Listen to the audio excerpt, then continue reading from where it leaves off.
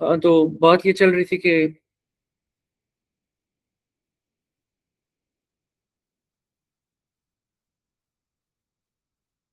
हाँ, बात ये मैं कर रहा था कि अगर मैं पूरा का पूरा डेस्कटॉप यूज़ करना चाहूँ मेरे अपने रोबोट के ऊपर, तो ये बहुत ज़्यादा इनएफिशिएंट है। फॉर एग्जांपल मुझे पावर प्रोवाइड करनी पड़ेगी, मुझे इतने ज़्यादा बल्कि वेट्स हैंडल करना पड़ेगा। अब इस सब चीज़ों से बचने के लिए मैं ये कर सकता हूँ कि एक ऐसा कंप्यूटर डिज़ाइन करूँ जिसका फॉर्म फैक्टर बहुत छोटा हो और उसकी अ, जो पावर कंजम्पशन है वो भी बहुत कम हो। Sorry, sorry, sorry. और उसकी पावर कंजम्पशन भी बहुत कम हो। यार थोड़ा मसला आ रहा है, मुझे 5 मिनट दो, मैं स्क्रीन रिकॉर्ड कर रहा हूँ, मैं कॉल हैंडल करूँ, शायद इमरजेंसी।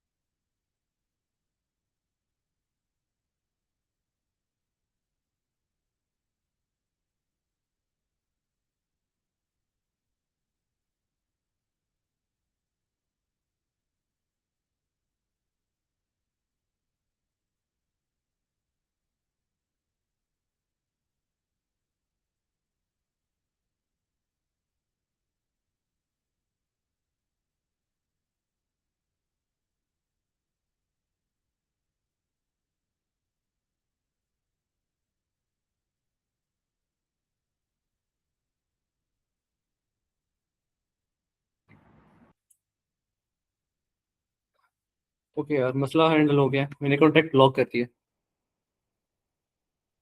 अब दोबारा मसला नहीं आएगा। अच्छा, मेरी आवाज़ आ रही है? यस सर, आवाज आ रही है। ठीक है, थैंक यू। अच्छा, इस मैटर को हैंडल करने के लिए हमने क्या किया, एक ऐसा कंप्यूटर बना लें जिसके ऊपर हमारे सारे पेरिफेरल्स इंक्लूड हो, इसकी पावर कंजम्पशन बहुत हो और ये ओएस को भी सपोर्ट करे, ताकि हमारे रोबोट्स बहुत ज़्यादा पावर मैनेजमेंट की तरफ से बहुत पावर एफिशिएंसी की तरफ चले जाएं और उसके बाद उनका वेट भी बहुत ज़्यादा कम हो सके। इसीलिए हमने बनाए single board computer. Single board क्यों? क्योंकि एक ही बोर्ड के ऊपर मेरा पूरा कंप्यूटर इंप्लीमेंटेड है। मेरा माइक्रो प्रोसेसर, मेरी रैम, मेरी हार्ड डिस्क और ये सारी चीज़ें। अब इन सारी चीज़ों को प्रोसेसर के साथ कनेक्ट करना बहुत मुश्किल था। एक ही बोर्ड के ऊपर मैं इतने ज़्यादा कनेक्शन राउट नहीं कर सकता। अगर कोई पीसीबी डिजाइनिंग के अंदर है तो उसे बहुत अच्छे तरीके से पता होगा कि सारे कनेक्शन इतने नीट तरीके से एक ही बोर्ड के ऊपर, और वो भी इतने कम फॉर्म फैक्टर का हो। जिस तरह कि आप मेरे हाल में मैंने स्क्रीन शेयर की है, आप लोगों को विजिबल भी होगी। उधर एक बोर्ड नजर आ रहा है ब्लैक कलर का छोटा सा। अब इसके अंदर आप नोट करोगे ये बहुत छोटा बोर्ड है और इतने ज्यादा कनेक्शंस राउट करना इतना आसान नहीं होगा इतने छोटे फॉर्म फैक्टर में। तो हमने क्या किया, हमने एक छोटी सी चिप बनाई, इसे बोला एसओसी, सिस्टम ऑन चिप। अब सिस्टम ऑन चिप के अंदर ये है कि हमारी रैम, हमारी हार्ड डिस्क और ये सब कुछ एक ही छोटी सी चिप के ऊपर इंक्लूडेड है, और हम इस पूरी चिप को उठाकर एक बड़े बोर्ड के ऊपर लगा देते हैं। इससे हमारा पूरे का पूरा कंप्यूटर एक सिस्टम ऑन चिप के ऊपर, और जो हमारी सिस्टम ऑन चिप है उसको राउट करने के लिए या उसको हेडर पिन देने के लिए हमने एक बोर्ड डाल दिया। इधर आ गया HDMI पोर्ट, और हमारे साथ USB पोर्ट्स भी आ गए, मतलब सारे पोर्ट्स भी इंक्लूड कर दिए, हेडर पिन्स भी इंक्लूड कर दी, ताकि Arduino जैसी फंक्शनलिटी आ जाए हमारे कंप्यूटर में, ताकि हम इसके साथ सेंसर्स और ये इस तरह की चीज़ें इंटरफेस कर सकें। और उसके साथ साथ हमारी जो सिस्टम ऑन चिप है उसकी कॉम्प्लेक्सिटी भी कम होगी, क्योंकि हमने जितना भी हार्डवेयर था जो हम आसानी से राउट नहीं कर पा रहे थे वो हमारा सिस्टम ऑन चिप के ऊपर आ गया। अब बात करते हैं लिनक्स के ऊपर। अभी क्या अब तक कुछ लोगों को समझ ना आ रही हो, मगर मैं बहुत स्पीड में चल रहा हूँ।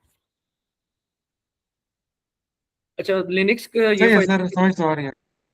ठीक है, ठीक है। अच्छा, लिनक्स का ये फायदा है कि लिनक्स लाइट वेट है, और इसको हम अपनी ज़रूरियात के मुताबिक इसे कस्टमाइज कर सकते हैं। मतलब इसकी जो ऐसी फंक्शनलिटी है जिसे हम यूज़ नहीं करना चाहते अपनी प्रोसेसिंग पावर ज़्यादा करने के लिए, हम उसे आसानी से रिमूव कर सकते हैं। फॉर एग्जाम्पल, अगर मैं चाहता हूँ मुझे ग्राफिकल इंटरफेस नहीं चाहिए क्योंकि ये बहुत ज़्यादा रैम ले रहा था, या और बहुत ज़्यादा मेरी जो रिसोर्स थी, क्योंकि मेरी बोर्ड की कंस्ट्रेंट्स इतनी खास नहीं रख सकता, मैं रैम बहुत ज़्यादा नहीं रख सकता, तो इस वजह से मैं काफ़ी ज़्यादा फीचर्स इसके अंदर से निकाल दूंगा। फॉर एग्जाम्पल GUI, उसके बाद वेब इंटरफेस जिस तरह के हम यूज़ करते हैं, क्रोम वगैरह, ये सारी चीज़ें, और कैमरा, इस तरह की जितनी भी चीज़ें जो मुझे नहीं चाहिए वो मैं रिमूव कर सकता हूँ। अब मैंने पिछले सेशन में भी ये बात की थी कि बेस वर्जन की जो विंडोज़ है वो आपके सिस्टम की 4 GB रैम आइडल कंडीशन में ले रही होती है। आइडल का मतलब जब वो कुछ भी नहीं कर रही, चुपचाप बैठी हुई है, कोई मतलब बैकग्राउंड प्रोसेस ना होने के बराबर चल रहे हैं, इसके ऊपर भी वो आपकी 4 GB रैम ले रही होती है। मगर जब लिनक्स हम एज अ हेडलेस नोड अब हेडलेस नोड का कॉन्सेप्ट आ गया। हेडलेस नोड मतलब आप इसके साथ कोई भी मॉनिटर या इस तरह की चीज कनेक्ट नहीं कर रहे, आप ओवर द इंटरनेट इसके अंदर कमांड्स वगैरह रन करेंगे, इसके अंदर फाइल्स वगैरह क्रिएट करेंगे, मगर आप इसके साथ कीबोर्ड माउस और इस तरह की बल्कि चीजें कनेक्ट नहीं करना चाहते अपने सिंगल बोर्ड कंप्यूटर के साथ। इससे क्या होगा, अगर तो आप इस सिंगल बोर्ड कंप्यूटर को अपने रोबोट के अंदर यूज करें, एक तो आपकी साइज बहुत कम हो जाएगा, दूसरा कॉम्प्लेक्सिटी कम हो जाएगी, और तीसरा वेट बहुत कम हो जाएगा। अब ओवर द इंटरनेट कनेक्ट करना वो मैं इसी सेशन में सिखाऊंगा आज कि ओवर द इंटरनेट हम सिंगल बोर्ड कंप्यूटर को ओवर द इंटरनेट किस तरह यूज कर सकते हैं, इसके अंदर कमांड्स रन कर सकते हैं एज अ हैकर। मतलब ये कुछ हद तक इसे हैकिंग बोल सकते हैं। हम इंटरनेट के थ्रू इस कंप्यूटर के अंदर ब्रेकिंग करेंगे और सारी कमांड्स जो भी हैं वो रन करेंगे थ्रू एसएसएच। ये सारा कॉन्सेप्ट मैं बाद में समझा दूंगा। और जो हेडलेस नोड जो टर्म है, ये उन कंप्यूटर्स के लिए यूज होती है जिनके साथ कोई भी मॉनिटर, कीबोर्ड या इस तरह की कोई भी पेरिफेरल उनको कंट्रोल करने के लिए कनेक्ट ना हो, वो बस इंटरनेट के थ्रू कनेक्ट हो और हम उन्हें इंटरनेट के थ्रू कंट्रोल करते हैं। ये हेडलेस नोड्स हैं। बस ये टर्म याद कर लो, एफआईपी में बहुत ज्यादा काम आती है। लोग असल में उस टाइम जाकर सीख रहे होते हैं और उस टाइम टाइम भी बहुत कम होता है, इसीलिए एफआईपी अच्छे नहीं बन पाते। इस तरह की जो टर्म्स होती हैं देखने में इस तरह लगता है ये काम की नहीं है, मगर ये आपकी प्रेजेंटेशन और इस तरह की चीजों में काम आएंगी। हेडलेस नोड बेसिकली क्या होता है, जिसके साथ कोई भी कीबोर्ड माउस या कंट्रोल पेरिफेरल कंट्रोल कनेक्ट ना हो, हम ओवर द इंटरनेट ऐसी डिवाइसेस को कंट्रोल करते हैं और उनके अंदर कमांड्स और फाइल्स वगैरह रन करते हैं। बस इतना याद रख लो। अभी ये जो कैमरे के अंदर आपको रास्पबेरी पाई नजर आ रहा है, अब मैं आपको ये रिकमेंड करूंगा कि एक टर्मिनल खोल लो अगर लैपटॉप से फॉलो कर रहे हो, अगर ना भी करो तो कोई प्रॉब्लम नहीं है। स्प्लिट टर्मिनल बनाओ, क्रोम को यहाँ पर अपने माउस को होवर करोगे इस जगह पर, ये जहाँ पर, ओहो सॉरी, अच्छा यार ये व्हाट्सएप तंग कर ही रखती है कसम से। अच्छा ऊपर अगर आप जाओगे ये क्रॉस के आइकन के साथ होवर करोगे तो आपके पास इस तरह का ये पैनल खुल जाएगा। इससे आप मैनेज कर सकते हो कि आप चीज़ों को किस तरह सेट करना चाहते हो। मैं भी आपको ये रिकमेंड करूंगा जो लैपटॉप से फॉलो करें वो क्रोम को एक साइड पे रख लें और साथ अपना जो कमांड प्रॉम्प्ट है अपने सर्च बार में हो और यहाँ पर लिखो CMD, इसको ओपन कर लो या रन कर लो। अब आधे स्क्रीन के ऊपर आपने ये खोलना है। फॉर एग्जाम्पल यहाँ पर जब होवर करोगे आधी स्क्रीन के ऊपर क्रोम खोलो, मतलब जो मैं स्क्रीन शेयर कर रहा हूँ उसको फॉलो करो, और बाकी आधी स्क्रीन के ऊपर आप लोग अपना कमांड टर्मिनल खोल दो जिसके साथ साथ आप कमांड्स रन करोगे। जब सारे कर लो तो मुझे फ्लैग दे देना किसी किस्म का, बेशक हैंड रेज कर लो ताकि मुझे पता चले कि सबने कर लिए, ताकि आगे चले।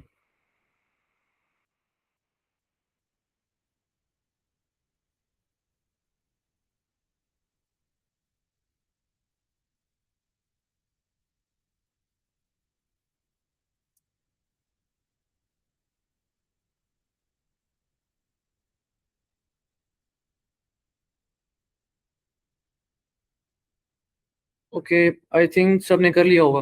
अभी मैं स्टार्ट करने वाला हूँ। तो पिछले सेशन में मैंने ये बताया था। अब जाहिर सी बात है मैं सारा सेशन रिपीट नहीं कर पाऊंगा, मैं थोड़ा सा हेड्स अप दे रहा हूँ। अब देखो SSH होता है secure shell, SSH stands for secure shell. अब इससे हम ये करते हैं कि किसी ओवर द इंटरनेट किसी शेल, सबसे पहले शेल बताऊंगा। अब ये जो आप ब्लैक स्क्रीन देख रहे हो जिसके अंदर मैं लैंग्वेज यूज करूंगा, ये कमांड्स जिस लैंग्वेज के अंदर हम लिखते हैं, ये भी एक किस्म की स्क्रिप्टिंग लैंग्वेज है। इस लैंग्वेज का नाम शेल है।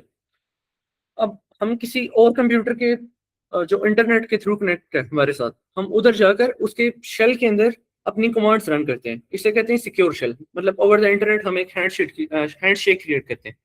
अब SSH करने का तरीका क्या है, मैंने जैसे पिछले सेशन में बताया था, उसमें ये करते हैं कि हम सबसे पहले अपना जो लिनक्स नोड है हेडलेस नोड, उसके अंदर जो हमने अपना यूजर क्रिएट किया हुआ है उसका नाम लिखते हैं। फॉर एग्जांपल जो रेस्पबेरी पाई अभी आप देख रहे हो स्क्रीन पे, इसका जो मेरा यूजर है उसका नाम सलमान है, और उसके बाद this user exist at the following computer जिसका नाम है Pi02W।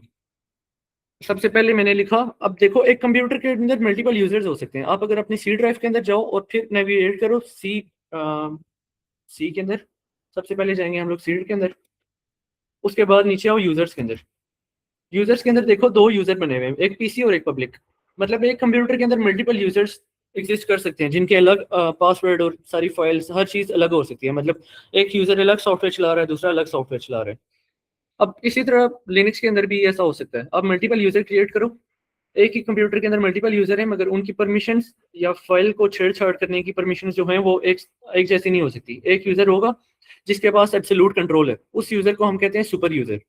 वो पूरी कॉन्फ़िगरेशन, फाइल सिस्टम, ये सारी चीज़ें चेंज कर सकता है, मगर जो नॉर्मल यूज़र है वो ऐसा कुछ भी नहीं कर पाता। अब इस सुपर यूज़र का काम मैं आगे बताऊंगा सेशन में, मगर पहले सिर्फ SSH की जो कमांड का पैटर्न है वो देख लो। सबसे पहले लिखा SSH, उसके बाद लिखा जिस यूज़र के अंदर आप लॉग इन करना चाहते हो over the internet. For example मेरे यूज़र का नाम था सलमान, जो अभी मेरे पाई के अंदर एग्जिस्ट करता है।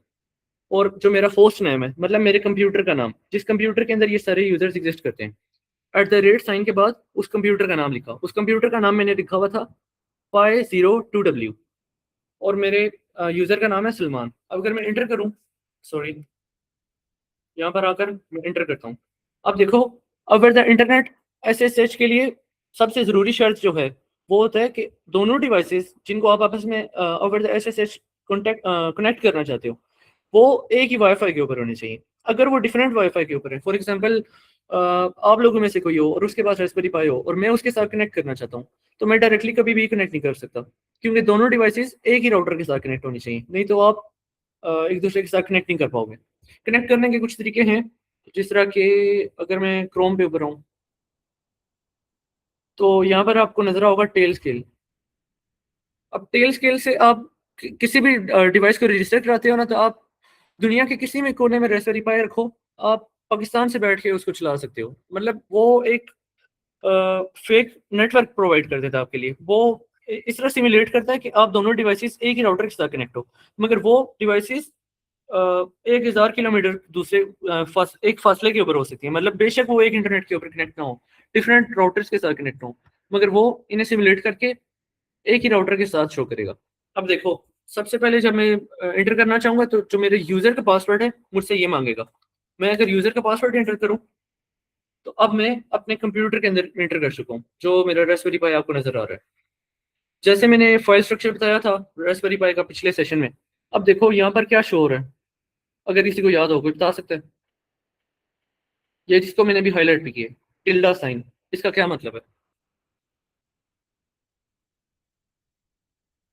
सर वो आपने कहा था कि लूट जो होती है ये वो चीज है। नहीं नहीं, रूट नहीं है ये। और कोई?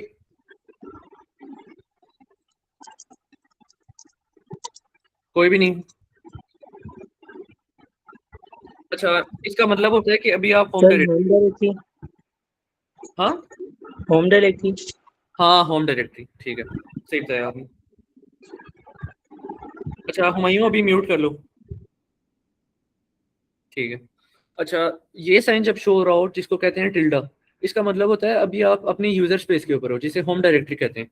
अगर मैं ls करूं तो मुझे जितनी भी मैंने यूजर डायरेक्टरी में फाइल्स क्रिएट की हुई थी वो नजर आ रही है। cd डॉट डॉट, तो वापस मैं होम के अंदर आया, और cd डॉट डॉट, दोबारा मैं अब रूट के अंदर आ गया हूँ। अब देखो आपको एक स्लैश नजर आ रही है, टिल्टेड स्लैश।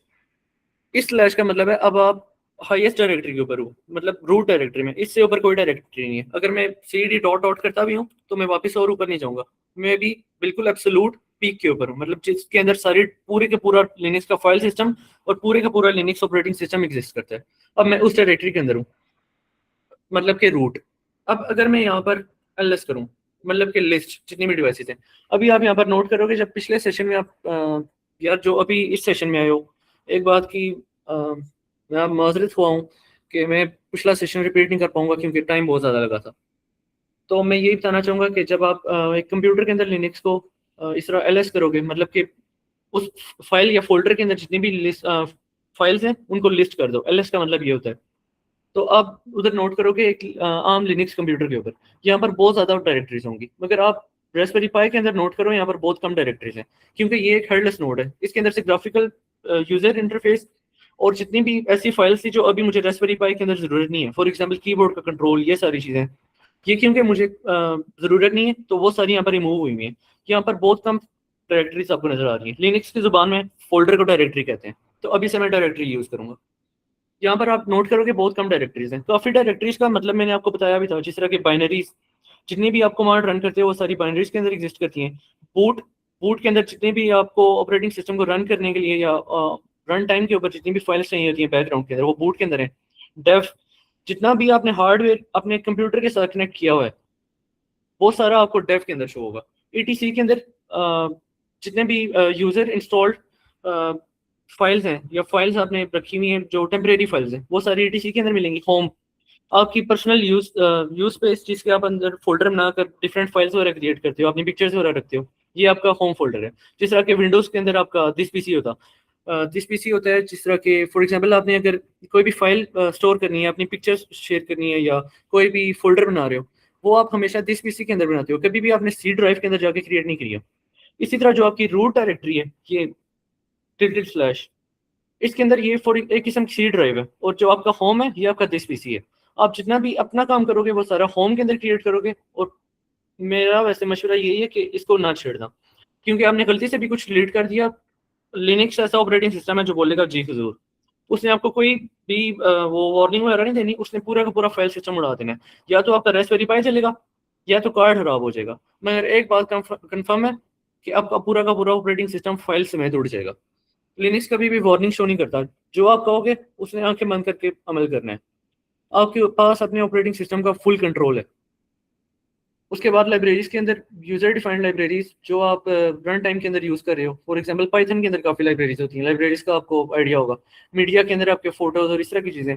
माउंट के अंदर आप अपनी हार्ड डिस्क माउंट करते हो, और ये कुछ हैं जो हायर लेवल के हैं। ये 2 फोल्डर्स, इनके मतलब मुझे भी काफी हद तक नहीं पता, इसलिए मैं बताना नहीं चाहता क्योंकि मिस गाइड करूंगा। उसके बाद आता है रूट। अब शुरू में मैंने आपको बताया था एक यूजर है जिसके पास एब्सोल्यूट लेवल कंट्रोल है, जो हर चीज कर सकता है। बाकी जितने भी यूजर क्रिएट करूंगा मैं, उनके पास फुल कंट्रोल नहीं होगा। मतलब काफी ज्यादा काम जब वो करने वाले होंगे या कुछ फाइल डिलीट करने की कोशिश करेंगे, उन्हें लिनक्स रोक देगा कि आपके पास इस काम के करने की परमिशन ही नहीं है। मगर एक ऐसा यूजर है जिसके पास एब्सोल्यूट कंट्रोल है, वो अगर ऑपरेटिंग सिस्टम भी डिलीट करना चाहे वो भी कर सकता है। उस यूजर को हम कहते हैं रूट। अब ये वाला रूट जो मैंने यहाँ पर शो किया था, ये // ये वाली, ये जो यहाँ पर नजर आ रही है, ये वाला रूट और ये वाला जो डायरेक्टरी रूट है, इन दोनों के अंदर फर्क है। ये वाला रूट मेरा यूजर है जिसके पास एब्सोल्यूट कंट्रोल है, जो हर काम कर सकता है। और उसके बाद आता है run sbin services temp user। मैं बाकी सारी डायरेक्टरीज चेक कर रहा हूँ मगर उनका कोई काम नहीं है, वैसे बताना फजूल है उनके बारे में। अब देखो, मैं चेंज डायरेक्टरी, जो पिछले सेशन में नहीं थे उनके लिए इसका मतलब होता है चेंज डायरेक्टरी, मतलब मुझे किसी दूसरी डायरेक्टरी में ले जाओ। चेंज डायरेक्टरी, और उसके बाद मैं लिखूंगा कौन सी डायरेक्टरी में जाना चाह रहा हूँ। यहाँ पर मुझे नजर आ रहा है कि जिस डायरेक्टरी के अंदर अभी मैं हूँ, फॉर एग्जाम्पल ये रूट, उसके अंदर मैं देखूँ अगर तो मुझे नजर आ रहा है कि एक और फोल्डर है रूट, जो कि वर्किंग स्पेस है। जिस तरह की हमारी वर्किंग स्पेस थी, हम एब्सोल्यूट लेवल कंट्रोल वाले यूजर नहीं है। हमारी वर्किंग स्पेस थी होम। जो यूजर है रूट, जिसके पास एब्सोल्यूट कंट्रोल है, उसकी वर्किंग स्पेस जो है वो है ये वाला फोल्डर रूट, उसकी होम डायरेक्टरी है। सॉरी, देखो अगर मैं रूट के अंदर जाने की कोशिश करूं तो ये मुझे कह रहा है कि परमिशन डिनाइड, आप रूट के अंदर नहीं जा सकते, क्योंकि रूट एक ऐसा यूजर है जिसके पास एब्सोल्यूट कंट्रोल है, और अगर मैंने वो एब्सोल्यूट कंट्रोल लिया तो मैं गलती से ऑपरेटिंग सिस्टम में डिलीट कर सकता हूँ। इसीलिए लिनक्स डिफॉल्ट पे मुझे कभी भी रूट यूजर नहीं बनाता, मुझे as a root user act करना पड़ता है। तो मैं क्या करूंगा, सुपर यूजर डू, जो भी कमांड मुझे रूट प्रिविलेजेस के साथ करनी पड़ेगी, मतलब मैं as a root user act करूंगा, तो उसके लिए मुझे हर कमांड के पीछे लिखना पड़ेगा sudo। इसकी फुल फॉर्म है सुपर यूजर डू। मैंने शुरू में आपको बताया था एक ही होता है जो सुपर यूजर होता है, जिसके पास एब्सोल्यूट कंट्रोल है। तो हम टेम्परेरीली उससे उसके प्रिविलेजेस उधार लेते हैं, एक किस्म का ये बोलो, उसके बोरो कर लेते हैं उससे। तो super user do change directory, और उसके बाद मैं लिखूंगा रूट।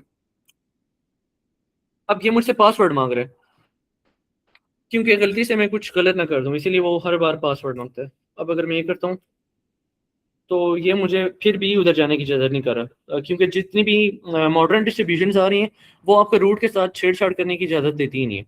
पुराने लिनक्स में ये होता था कि आप एब्सोल्यूट कंट्रोल ले सकते थे, मगर अभी जो नई डिस्ट्रीब्यूशंस हैं ये आपको पूरा कंट्रोल नहीं देती।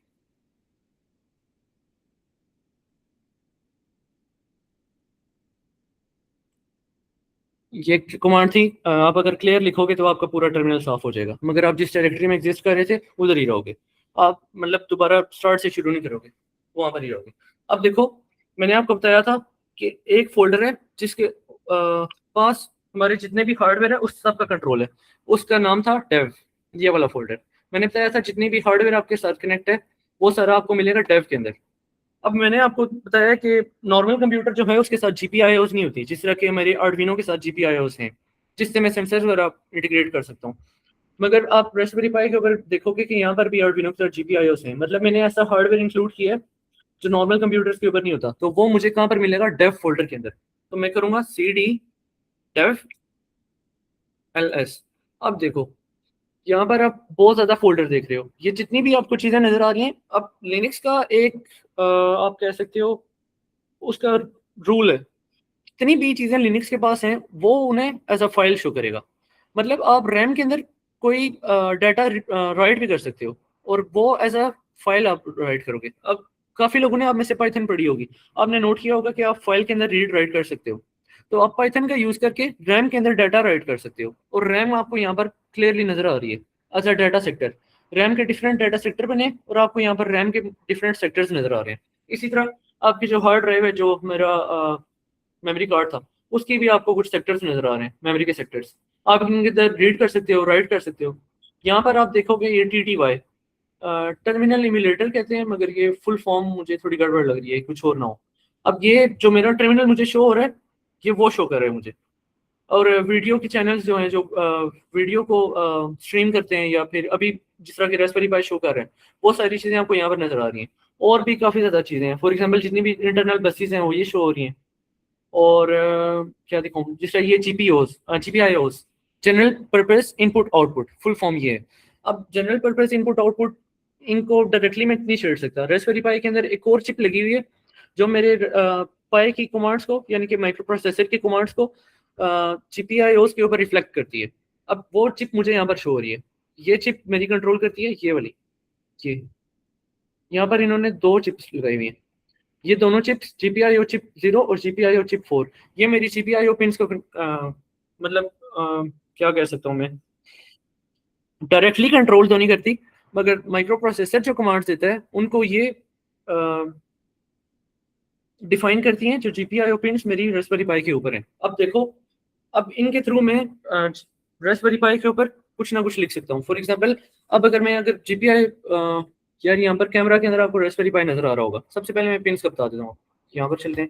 अब ये वाला जो बोर्ड है, ये करंटली अभी मैं यूज कर रहा हूँ, ऊपर केसिंग लगी है अभी, इसलिए आपको ये ब्लैक कलर में नजर आ रहा है। ये वाला मेरा बोर्ड है, ये जो ब्लैक कलर की आपको नजर आ रही है चिप यहाँ पर, ओ सॉरी, ये जो ब्लैक कलर की चिप ये वाली नजर आ रही है, ये है हमारी SoC RP 340 कहते हैं इसको, AU वर्जन। इसके अंदर मेरी रैम, मेरे ड्राइवर, ये जितनी भी चीज़ें हैं, मतलब छोटा GPU, ये सारी चीज़ें यहाँ पर लगी हैं। ये जो सिल्वर कलर की आपको प्लेट नजर आ रही है, ये मेरा वाईफाई कार्ड है, वाईफाई के साथ कनेक्ट करने के लिए। ये जो है, ये मेरी HDMI मिनी HDMI केबल। ये मेरा SD कार्ड स्लॉट। ये मेरी USB pin for data transfer, ये वाली पावर के लिए। USB ये भी, मगर ये पावर के लिए। ये मेरा CSI कैमरा कनेक्टर। और ये जो नजर आ रही है आपको, ये 40 GPIO हेडर्स हैं। यहाँ पर आप हेडर पिन कनेक्ट करके GPIO यूज कर सकते हो। अब ये था जो मेरा बोर्ड है, ये मैंने आपको दिखाया। और उसके बाद अगर मैं दिखाऊं तो ये वाले, ये मुझे, अब देखो जिस आर्डुइनो के ऊपर पिन के नाम लिखे होते हैं यहाँ पर नहीं लिखे हुए, तो इसीलिए मुझे ये ऑफिशियल रास्पबेरी पाई की एक शीट है, इसके ऊपर सारे पिन के नाम लिखे हुए हैं। यहाँ पर से आप अगर देख सकते हो कि कौन सी पिन कौन सी है, मतलब देखने के लिए। अब देखो यहाँ पर आपको दो कॉन्फ़िगरेशंस नजर आ रही हैं पिन की। एक तो ये लिखा हुआ है बिल्कुल पिन के साथ 1 2 3 4 5 6 7 8 ये। और दूसरा आपको यहाँ पर नजर आ रहा होगा, ये पिन के नाम है 3v3, 5 volt, 5 volt, ground, GPIO2, GPIO3, GPIO4, इस तरह के नाम लिखे हुए हैं। अब ये हैं दो कॉन्फ़िगरेशंस। एक कॉन्फ़िगरेशन है BCM कॉन्फ़िगरेशन और दूसरी है बोर्ड। अब बोर्ड मतलब जो पिन का लिटरल एड्रेस है बोर्ड के ऊपर। फॉर एग्जांपल, ये बोर्ड की पहली पिन, ये बोर्ड की दूसरी पिन, ये बोर्ड की तीसरी पिन, ये बोर्ड की चौथी पिन। और दूसरी है BCM कहते हैं ब्रॉडकॉम, जिसकी जो मेरी SoC है ना, उसकी कंपनी का नाम है Broadcom. BCM Broadcom pin configuration. अब इसके ऊपर देखो कि पहली पिन, जो फिजिकल बोर्ड पिन है, पहली पिन तो ये है, मगर GPIO1 वो कहीं होगी, ढूंढनी पड़ेगी। मतलब यहाँ पर ही कहीं होगी, मगर देखो वो ऑर्डर के अंदर नहीं लिखी हुई। 3 5 7 8 10 डिफरेंट ऑर्डर्स के अंदर लिखी हैं। GPIO मतलब वो पिन जो इनपुट भी ले सकें और आउटपुट भी ले सकें। वो वाली पिन्स मेरी ये हैं सिर्फ, ये यहाँ से शुरू हो रही है यहाँ तक, फिर 2 ये, एक ये, 3 ये, फिर दोबारा 3 ये, 4 ये और 2 ये वो पिन्स हैं जिनके ऊपर मैं इनपुट या आउटपुट ले सकता हूँ। बाकी सारे पिन्स इनपुट या आउटपुट के लिए नहीं है, इसीलिए उनके ऊपर GPIO नहीं लिखा हुआ। GPIO का मतलब है जनरल पर्पस इनपुट आउटपुट। और जो दूसरी पिन कॉन्फ़िगरेशन थी वो लिटरल पिन का एड्रेस है बोर्ड के ऊपर, कि मतलब लिटरल पोजीशन कौन सी है बोर्ड के ऊपर। अब हम जब कोड के अंदर पिन का नाम यूज करेंगे ना, आर्डिनो के अंदर आपने देखा होगा कि आप D1 या A1 इस तरह करके पिन्स को बुलाते हो। अब देखो, मैं ये चीज बताने का मकसद ये था कि जब आप कोड के अंदर पिन्स को यूज करोगे तो पिन को नाम किस तरह दोगे। तो आप कौन सी पिन कॉन्फ़िगरेशन यूज करोगे, आप यूज करोगे ब्रॉडकॉम पिन कॉन्फ़िगरेशन, ये जो लिखी हुई है GPIO 2, 3, 4, 17, 27, ये जो नजर आ रही है आपको। आप कोड के अंदर जब भी किसी पिन को नाम दोगे, आप ये वाला पिन नंबर, मतलब जब रेफरेंस लोगे इस पिन को यूज करोगे। आप कभी भी लिटरल पिन नंबर को ना लिखना, क्योंकि गलती से अगर आपने 5 वोल्ट या इन पिन्स को हाई करने की कोशिश की तो मसला हो सकता है। और काफ़ी और भी पिन्स हैं जो सिर्फ EEPROM या इस तरह की चीज़ों के लिए पहले से रिजर्व होती हैं, आप उनको अपनी मर्जी से यूज़ नहीं कर सकते। अब यहाँ पर भी हमारा काम हो गया शायद। हाँ, अब जो आपको कैमरा के अंदर नजर आ रही होगी पिक्चर, उसके अंदर मैंने 2 LEDs रास्पबेरी पाई के साथ कनेक्ट किए हैं। अब जो 2 पिन्स मैंने यूज़ किए हैं, रेड LED के लिए यूज़ की है GPIO 17, और जो ग्रीन पिन के लिए यूज़ की है वो GPIO 27 है। यानी कि लिटरल बोर्ड की पिन्स को देखें तो पिन नंबर 11 और पिन नंबर 13, मगर जो GPIOs है वो है GPIO 17 और GPIO 27। अगर यहाँ तक कोई कंफ्यूजन है या अभी तक कोई बात समझ नहीं आई या मेरी पेसिंग में इशू था तो अभी बता दो। सर ये कुछ GPIO के आगे इन्फो क्यों नहीं लिखी हुई? किस टाइप की इन्फो मतलब? मतलब जिस तरीके से अब GPIO 17 है, उसके आगे लिखा हुआ रिक्वेस्ट टू सेंड, 27 के आगे नहीं लिखा हुआ। हाँ, ये सही है, सही क्वेश्चन किया आपने। अब देखो, मैं वैसे इतनी डेप्थ में जाना नहीं चाह रहा था, मगर मैं बहुत शैलो आंसर करूंगा, तो सॉरी अगर आप वो आंसर एक्सपेक्ट कर रहे थे जो मैं दे रही हूँ। तो देखो, अब हार्डवेयर जो हमारा है, जो हमारी फिजिकल SoC है, उसके अंदर काफ़ी ज़्यादा हार्डवेयर मॉड्यूल्स हैं, जिस तरह कि आपने पहले आर्डुइनो में सुना भी होगा, डिजिटल टू एनालॉग कन्वर्टर, इस तरह की चीज़ें। अब ऐसे भी मॉड्यूल्स होते हैं जो हमारी कम्युनिकेशन प्रोटोकॉल्स को हैंडल कर रहे होते हैं। फॉर एग्जांपल I2C हो गया, SPI, इस तरह की जो स्पेसिफिक सेंसर्स को कनेक्ट करने के लिए कम्युनिकेशन प्रोटोकॉल्स हैं। अब हर पिन के साथ आप वो काम नहीं कर सकते, जिस तरह हर पिन के ऊपर आर्डुइनो में PWM सिग्नल नहीं जनरेट कर सकते, उसी तरह हर पिन के साथ हर काम नहीं हो सकता। अब देखो, I2C कम्युनिकेशन के लिए 2 पिन रिजर्व्ड हैं, GPIO 14 और GPIO 15। तो इनके आगे लिखा हुआ है TXT और RXT, मतलब जो सॉरी यार, मैंने गलती से I2C बोल दिया। UART के लिए, UART के लिए 2 पिन रिजर्व्ड हैं, TX और RX। आप और किसी पिन के ऊपर UART यूज नहीं कर पाओगे। कुछ और पिन भी नजर आ रही हैं मुझे यहाँ पर। अब यहाँ पर भी लिखा होगा RTS रिक्वेस्ट टू सेंड। अब ये वो पिन हैं जिनके ऊपर RXT, TXT इस तरह के वर्ड्स लिखे हुए हैं। ये वो पिन हैं जिनके आप साथ UART कम्युनिकेशन प्रोटोकॉल इंप्लीमेंट कर सकते हो। और यहाँ पर और भी कुछ लिखी होंगी, जिस तरह के SPI के लिए लिखी हुई हैं, वो मुझे नजर नहीं आ रही अभी। ये है PCM क्लॉक, सीरियल डाटा और सीरियल क्लॉक, वो होती हैं SPI के लिए।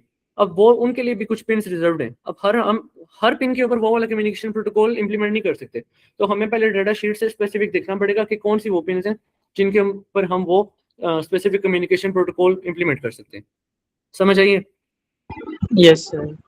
ठीक है, और किसी का कोई भी क्वेश्चन जो अभी तक उसके ऊपर से गुजरा हो? और सर जो ये मतलब जिनके ऊपर कुछ भी नहीं लिखा हुआ, इनको हम किसी के लिए भी यूज कर सकते हैं? हाँ, नहीं नहीं, किसी के लिए भी नहीं, मतलब वो इनपुट आउटपुट के लिए यूज हो सकती है, मगर किसी कम्युनिकेशन प्रोटोकॉल के लिए यूज नहीं कर सकते। ऐसे समझाइए। और कोई यार, किसी को कुछ समझ ना आई हो?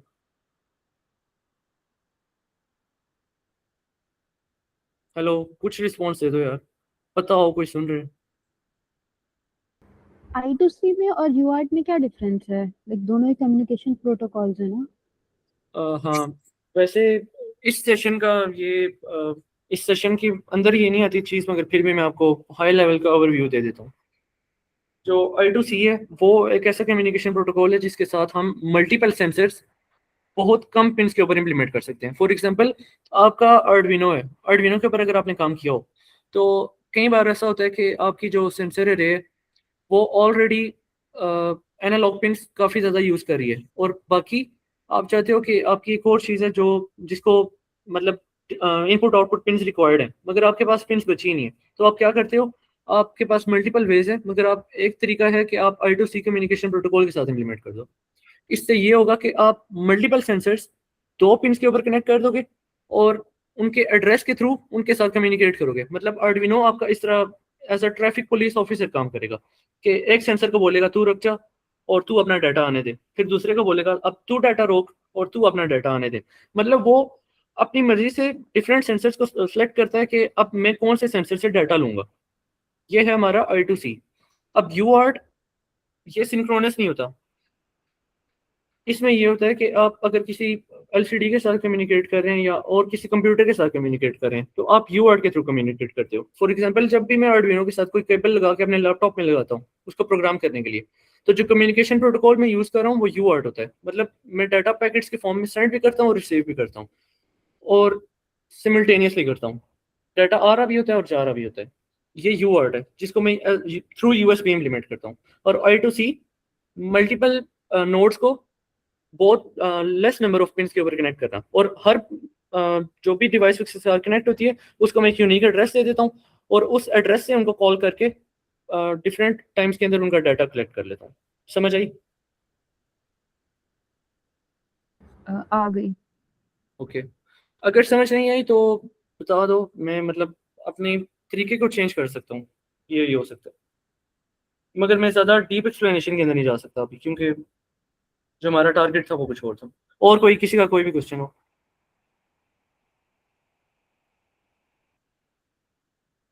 मेरे हाल में नहीं है किसी का क्वेश्चन। और पेसिंग में इशू तो नहीं है सबको? पेसिंग की समझ आ रही है? मतलब बहुत तेज तो नहीं जा रहा मैं?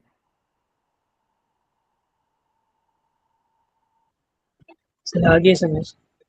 नहीं नहीं, समझ तो आ गई है। मैं कह रहा हूँ पेसिंग में इशू तो नहीं है, बहुत तेज तो नहीं जा रहा? मतलब थोड़ा सा अगर स्लो हो जाए तो वो ज़्यादा बेहतर है। ठीक है ठीक। यार इंटरप्ट करके बेशक रोक लिया करो, मतलब इंटरप्ट करने का मतलब ऐसे रोकना ही है। चलो, मगर इंटरप्ट कर लिया करो बीच में अगर कोई भी क्वेश्चन हो। मैं आगे रिज्यूम करता हूँ। अब जो आपको स्क्रीन के अंदर नजर आ रहा है बोर्ड, वो मेरी पिन नंबर 17 और मेरी पिन नंबर 27 यूटिलाइज हो रही है। वो मैंने दोनों कनेक्ट किए हैं अपनी LEDs के साथ। अच्छा अच्छा, उसके साथ मैंने LEDs कनेक्ट की हुई हैं और फिर मैंने ग्राउंड किया हुआ है रेस्पबेरी पाई के साथ। अब रेस्पबेरी पाई का जो वोल्टेज लेवल है वो है 3.3। आप 5 वोल्ट की कोई भी चीज़ रेस्पबेरी पाई के साथ कनेक्ट नहीं कर सकते। अब जितने भी सेंसर्स आते हैं आर्डुइनो के साथ वो सारे 5 वोल्ट वोल्टेज लेवल के होते हैं। मतलब जो भी सेंसर आप देखते हो, बेशक वो IR सेंसर हो, बेशक वो अल्ट्रासोनिक सेंसर हो, वो सारे 5 वोल्ट लॉजिक लेवल के ऊपर चलते हैं। अगर आप उनको डायरेक्टली रेस्पबेरी पाई के साथ कनेक्ट करोगे तो वो जल जाएंगे। वो भी चलेंगे और रेस्पबेरी पाई भी चलेगा। ज्यादा नुकसान रेस्पबेरी पाई का है। और ये जो वोल्टेज लेवल अभी जिस पे ये चल रहा है, मतलब पिन के ऊपर जो वोल्टेज लेवल देगा और पिन के ऊपर जिस वोल्टेज लेवल को इसने रिसीव करना है वो है 3.3 वोल्ट्स ESP के साथ का। मतलब ESP को आप इसके साथ कम्युनिकेट करा सकते हो थ्रू I2C। सर लेकिन अभी आपने पिन कॉन्फ़िगरेशन में दिखाया था कि उधर तो 5 वोल्ट भी लिखा हुआ था पावर। हाँ, वो 5 वोल्ट थी, 5 वोल्ट इनपुट। मतलब आपके पास 5 वोल्ट की बैटरी सोर्स है, आप उससे अपने आर्डुइनो को पावर करना चाहते हो, वो उसके लिए था। अब आर्डुइनो कह रहा हूँ, रास्पबेरी पाई के अंदर ये भी मसला है कि ये ऐसी कोई भी करंट सोर्स जो 3 एम्पेयर से कम हो, अगर वो आप इसे दोगे तो वोल्टेज से थोड़ा सा भी आया तो रास्पबेरी पाई जल जाएगा। तो मतलब आपको एक ऐसी वोल्टेज सोर्स प्रोवाइड करनी है जो कॉन्स्टेंटली 2.5 एम्पेयर या 2.5 एम्पेयर से ऊपर दे। तो जिस तरह के भी मैंने चार्जर लगाया हुआ है मेरा डॉक्टर, वो 2.5 एम्पेयर से ऊपर दे रहा है, इसीलिए मैंने उससे इसके साथ कनेक्ट किया हुआ है। अगर आप कोई ऐसी बैटरी जोड़ रहे हो फॉर एग्जांपल 3.7 वोल्ट की, जो कॉन्टिन्यूसली इतना ज़्यादा करंट नहीं प्रोवाइड कर सकती या गर्म होकर जाती है या इस तरह का कुछ भी सीन, तो आप ये करो कि 5 वोल्ट की बैटरी सोर्स बनाओ और उसको इस तरह कन्फिगर करो कि वो आपको कम से कम 2.5 एम्पेयर दे रही हो। या फिर आप इतने ज़्यादा सेंसर ना जोड़ दो जो बहुत ज़्यादा करंट ड्रॉ कर रहे हो। इसी तरह आप रास्पबेरी पाई को बचा सकते हो। अब बेस्ट हल ये होता है कि आप ये चीज़ यूज़ कर लो। रुको मैं दिखाता हूँ आपको।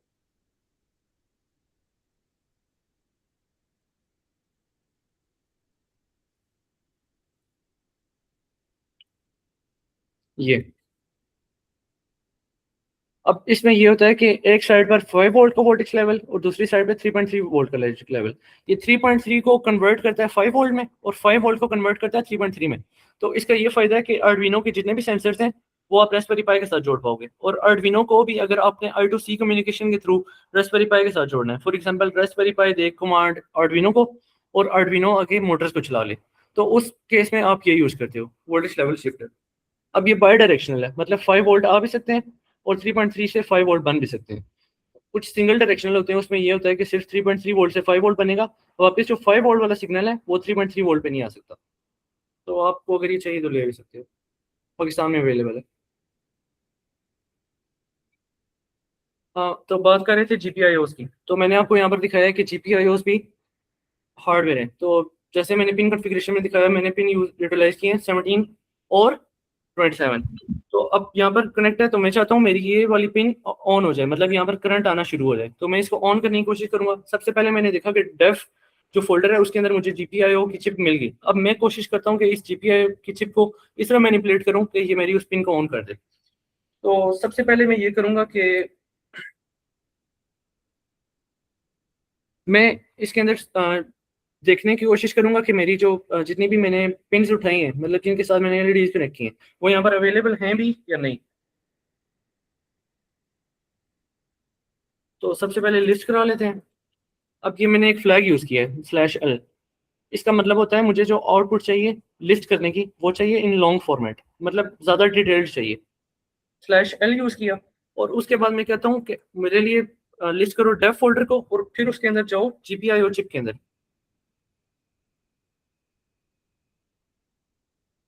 और स्टार का मतलब है कि यहाँ पर आगे कुछ भी आ सकता है, बेशक 1 हो या 2 हो, क्योंकि यहाँ पर देखो आपको 2 चिप्स नजर आ रही हैं, एक है 0 और एक है 4।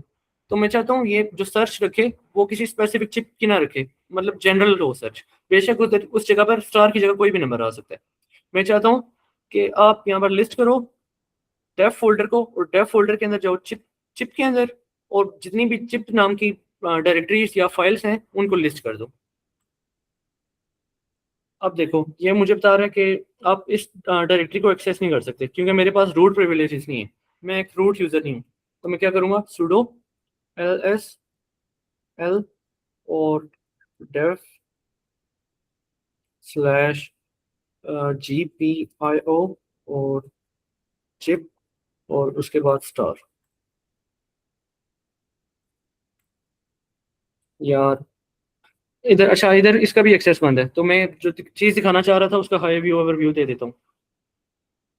तो हम ये करते हैं कि हमें सबसे पहले यहाँ पर जाना पड़ता है और इस फोल्डर के अंदर हम जाकर चिप को मैनुअली ऑन करते हैं।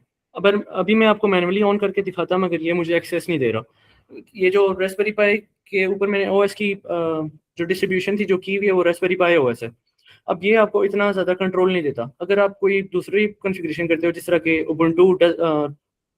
उबुंटू सर्वर या फिर आर्क लिनक्स, वो आपको फुल कंट्रोल देता है। तो आप मैं वहाँ पर ये काम कर सकता था, मगर क्योंकि अभी मैं रास्पबेरी पाई ऊपर के रास्पबेरी पाई OS के अंदर हूँ, ये यूज़र फ्रेंडली है, तो इसीलिए अभी यहाँ पर ये एक्सेस नहीं दे रहा। मगर मेन मकसद दिखाने का ये था कि आप हार्डवेयर के अंदर जाकर डायरेक्ट हार्डवेयर को मैनिपुलेट करके पिन्स को ऑन ऑफ कर सकते हो।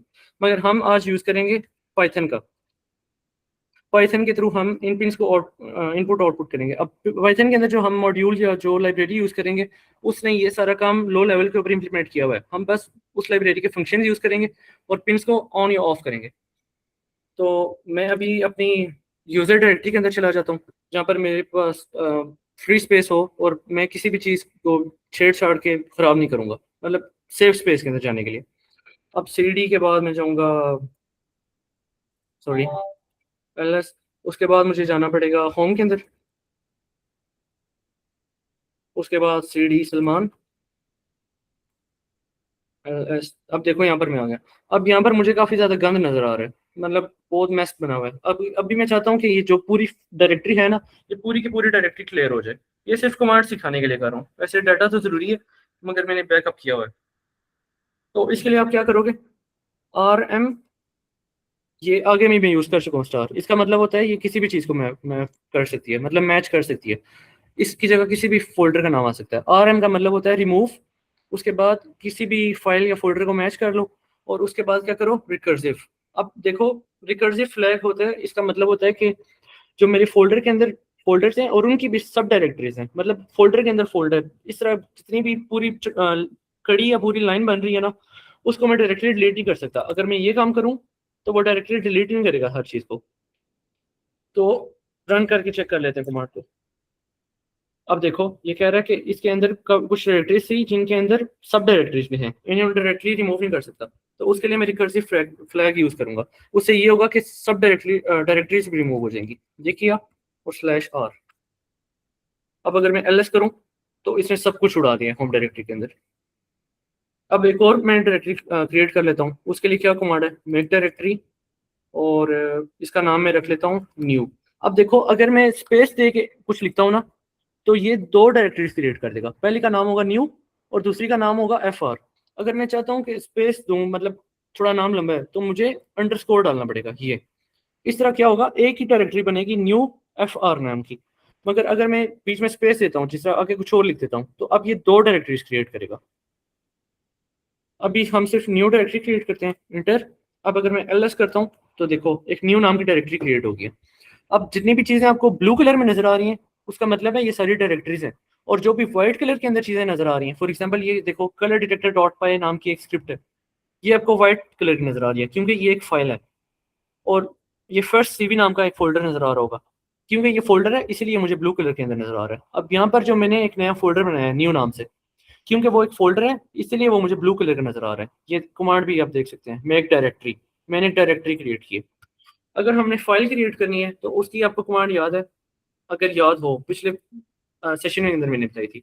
टच करके आप उसके बाद लिखोगे अपनी फाइल का नाम, फॉर एग्जाम्पल मैनी, और साथ लिख दूंगा पाई, फाइल की एक्सटेंशन, ताकि मेरे ओएस को पता चले ये कौन सी फाइल है। .txt टेक्स्ट फाइल्स के लिए, .py पाइथन फाइल्स के लिए। इंटर करता हूँ, ls करता हूँ, तो एक many.py नाम की फाइल क्रिएट होगी। अब rm मैनी, अब देखो मैंने सिर्फ मैनी लिखा और टैब दबाया तो इसने ऑटो कंप्लीट कर दिया। मतलब मेरे उन स्पेलिंग्स के साथ जो मैंने इनिशियल स्पेलिंग्स लिखे थे, फॉर एग्जांपल मैं सिर्फ एम लिखता हूँ।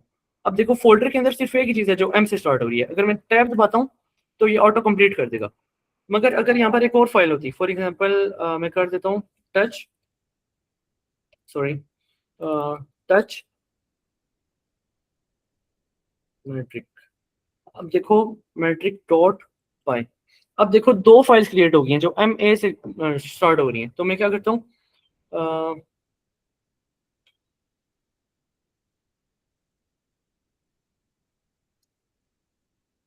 MA लिख के टैब दबाता हूँ तो देखो ये ब्लिप की आवाज़ दे रही है। तो ये मुझे बताना शुरू हो जाएगा कि आपके पास दो फाइल्स हैं जो MA से स्टार्ट हो रही हैं, तो इसीलिए ऑटो कंप्लीट नहीं कर रहा। तो मुझे इसको दोबारा कुछ बताना पड़ेगा जिससे इसको हिंट मिले कि मैं किस फाइल की बात कर रहा हूँ। अगर मैं दोबारा T लिखता हूँ और फिर टैब दबाता हूँ तो देखो इसने खुद ही ऑटो कंप्लीट कर दिया फाइल का नाम, मुझे पूरी टाइप नहीं करनी पड़ रही। अब अगर मैं एंटर करता हूँ तो ये रास्पबेरी पाई का या लिनक्स का जो नेटिव फाइल एडिटर था वो ओपन हो गया मेरे पास। तो इसको मैं एग्जिट कर लेता हूँ यहाँ से, और ये जो फाइल थी इनको मैं दोबारा डिलीट कर देता हूँ क्योंकि थोड़ा मैस बन गया।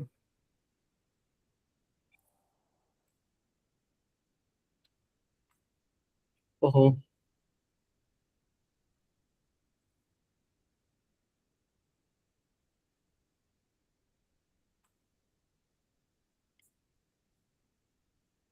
ये हाँ सब कुछ क्लियर हो गया। क्लियर की कमांड लिखी और मेरा पूरा टर्मिनल क्लियर हो गया। अच्छा उसके बाद हम पाइथन यूज़ करते हैं। अब मेरे ख्याल में सभी को पता होगा कि हम पाइथन को टर्मिनल के अंदर भी यूज़ कर सकते हैं। अगर मैं पाइथन लिखूँ तो मेरे पास पाइथन का टर्मिनल ओपन हो जाएगा, जिसको हम नाम पता नहीं क्या था, मुझे भी भूल गए। अब इसके अंदर हम जो भी कमांड लिखेंगे वो रन होती रहेगी, इंटरप्रेट होती रहेंगी, मतलब लाइन बाय लाइन। तो हमें पूरी फाइल लिखने की ज़रूरत नहीं है। अब देखो सबसे पहले मैं इंक्लूड करता हूँ उस लाइब्रेरी को जिससे मैं पूरा कंट्रोल ले सकता हूँ अपने GPIOs का। अब देखो सबसे पहले है एक लाइब्रेरी टाइम के लिए, फॉर एग्जांपल अगर मैंने डिलेज वगैरह देने हैं, सबसे पहले मैं उसे इंपोर्ट कर लेता हूँ। अब उसके बाद करते हैं एक और लाइब्रेरी फ्रॉम, लाइब्रेरी का नाम है GPIO0। मैं उसके अंदर से एक सब मॉड्यूल को ऐड करता हूँ, LED। एक लाइब्रेरी थी GPIO0 नाम की, जिसने जो मैं भी जो आपका अंडरलाइन हार्डवेयर था उसके अंदर जितनी भी सारी फाइल कॉन्फ़िगरेशन थी वो जो सारी इंप्लीमेंट हुई हुई थी वो उस लाइब्रेरी ने इंप्लीमेंट की हुई है। तो वो सारी इंप्लीमेंट हुई हुई है इस लाइब्रेरी के अंदर। तो मैं लाइब्रेरी यूज़ करके पूरे हार्डवेयर को कंट्रोल कर सकता हूँ। लाइब्रेरी का नाम है GPIO0 और उसके अंदर से मैं एक सब मॉड्यूल ऐड कर रहा हूँ LED नाम का। अगर एंटर करता हूँ ये भी ऐड हो गया। अब सबसे पहले मैं एक वेरिएबल बना लेता हूँ जिसके अंदर मैं पिन कॉन्फ़िगर करूँगा रेड। और रेड पिन अगर मैं देखूँ तो मैंने कनेक्ट की हुई है शायद, हाँ 17 के पे कनेक्ट की हुई है। तो मैं LED को नाम दे देता हूँ। मैं इसे कहता हूँ कि जो पिन नंबर है 17, मैं उसको नाम देना चाहता हूँ एक एज अ वेरिएबल, रेड नाम देता हूँ उसको। अगर मैं एंटर करता हूँ तो इसको एक नाम मिल गया, पिन नंबर 17 को रेड नाम, ठीक है। अब मैं इसको ऑन करने के लिए क्या करूँगा, सिंपल फंक्शन है रेड डॉट ऑन, और ये दो आगे फंक्शन के दो वो जो होते हैं यार, पैरेंथेसिस जिन्हें कहते हैं, क्योंकि फंक्शन है तो फंक्शन को इंडिकेट करने के लिए पैरेंथेसिस लगाने पड़ते हैं। तो रेड डॉट ऑन, अगर मैं एंटर करता हूँ तो आप कैमरे में देख सकते हो रेड LED ऑन होगी। नजर आ रहा है? हेलो, विजिबल है? यस आ रहा है। ठीक है, ये शायद 48 के लोग भी हैं जो तालीम चाह रहे हैं, डिग्री 48 से। अच्छा चलो, अब मैंने LED 27 को भी कॉन्फ़िगर किया हुआ था, तो अब उसे ऑन करते हैं। तो उसके लिए क्या करूँगा, उनको नाम दे देता हूँ।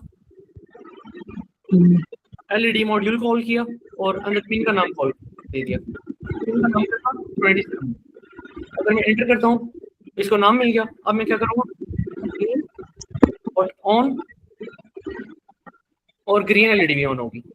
अब बारी बारी दोनों को ऑफ करता हूँ।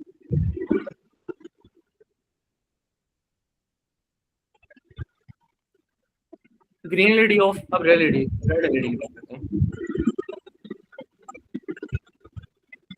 किसी का माइक ऑन है यार, ठीक हो गया। और रेड LED भी ऑफ होगी। अब देखो, जब भी आप LEDs के साथ काम करते हो तो इसके बाद आपको LED को क्लोज करना पड़ता है, उस पिन को, मतलब अपने डिफॉल्ट स्टेट के अंदर आते हो। इसका एक नुकसान है, मतलब एक नुकसान से बचने के लिए, वो ये है कि अगर आप किसी पिन को ऑन छोड़ देते हो गलती से, तो जब भी आप रास्पबेरी पाई को दोबारा ऑन करते हो तो वो अपने डिफॉल्ट कंडीशन के अंदर होगी जिसके अंदर आपने उसको छोड़ा हुआ था, मतलब ऑन। अब आप गलती से उस पिन को किसी और पिन के साथ शॉर्ट कर देते हो तो उसके अंदर ओवर वोल्टेज जा सकती है, या आपने उस पिन के साथ कोई 5 वोल्ट सेंसर जोड़ा हुआ था, या इस तरह की कोई भी चीज़ थी, मतलब कुछ भी हो सकता है यार। आप दोनों पिन से शॉर्ट कर देते हो तो आपको पूरा रास्पबेरी पाई जल जाएगा। तो इसके लिए आपको LEDs, जब भी आप प्रोग्राम को एग्जिट करोगे तो आपको LEDs को अपनी LEDs कह रहा हूँ, अपनी GPIO उसको ऑप्टिमम कंडीशन, जो उनकी डिफॉल्ट कंडीशन थी उसके अंदर लाना पड़ता है, ताकि कोई भी गड़बड़ ना हो बाद में। तो उसकी क्या फंक्शन है, उसका ये फंक्शन है कि आर रेड डॉट क्लोज, मतलब मैं LED को क्लोज करना चाहता हूँ, वापस डिफॉल्ट कंडीशन में आ जाए। ये वाली क्लोज होगी। अब ग्रीन को कर लेते हैं, ग्रीन डॉट क्लोज। अब देखो, अगर मैं दोबारा रेड को कॉल करने की कोशिश करूँ, रेड डॉट ऑन, तो इसने एरर दे दिए।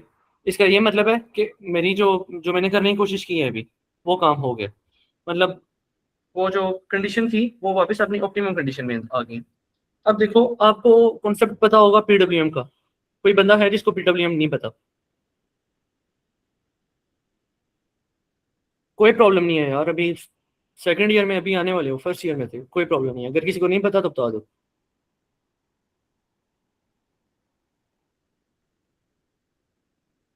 हेलो यार, कोई रिस्पॉन्स दे दो यार, मुझे पता हो, किसी को बता रहा हूँ कुछ। सर मुझे नहीं पता। Okay, no problem. अब देखो, पाइथन से मैं एग्जिट कर गया हूँ। अब PWM क्या होता है, अब देखो जो आपकी GPIOs हैं यहाँ पर जो आपको नजर आ रही हैं 40 पिंस।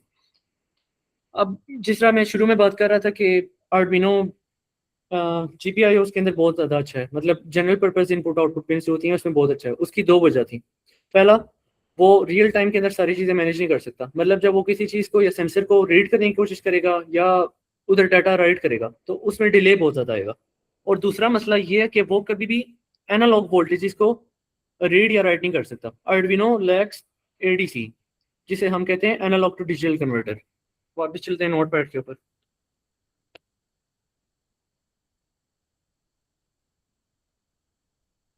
नोट पैड विजिबल है?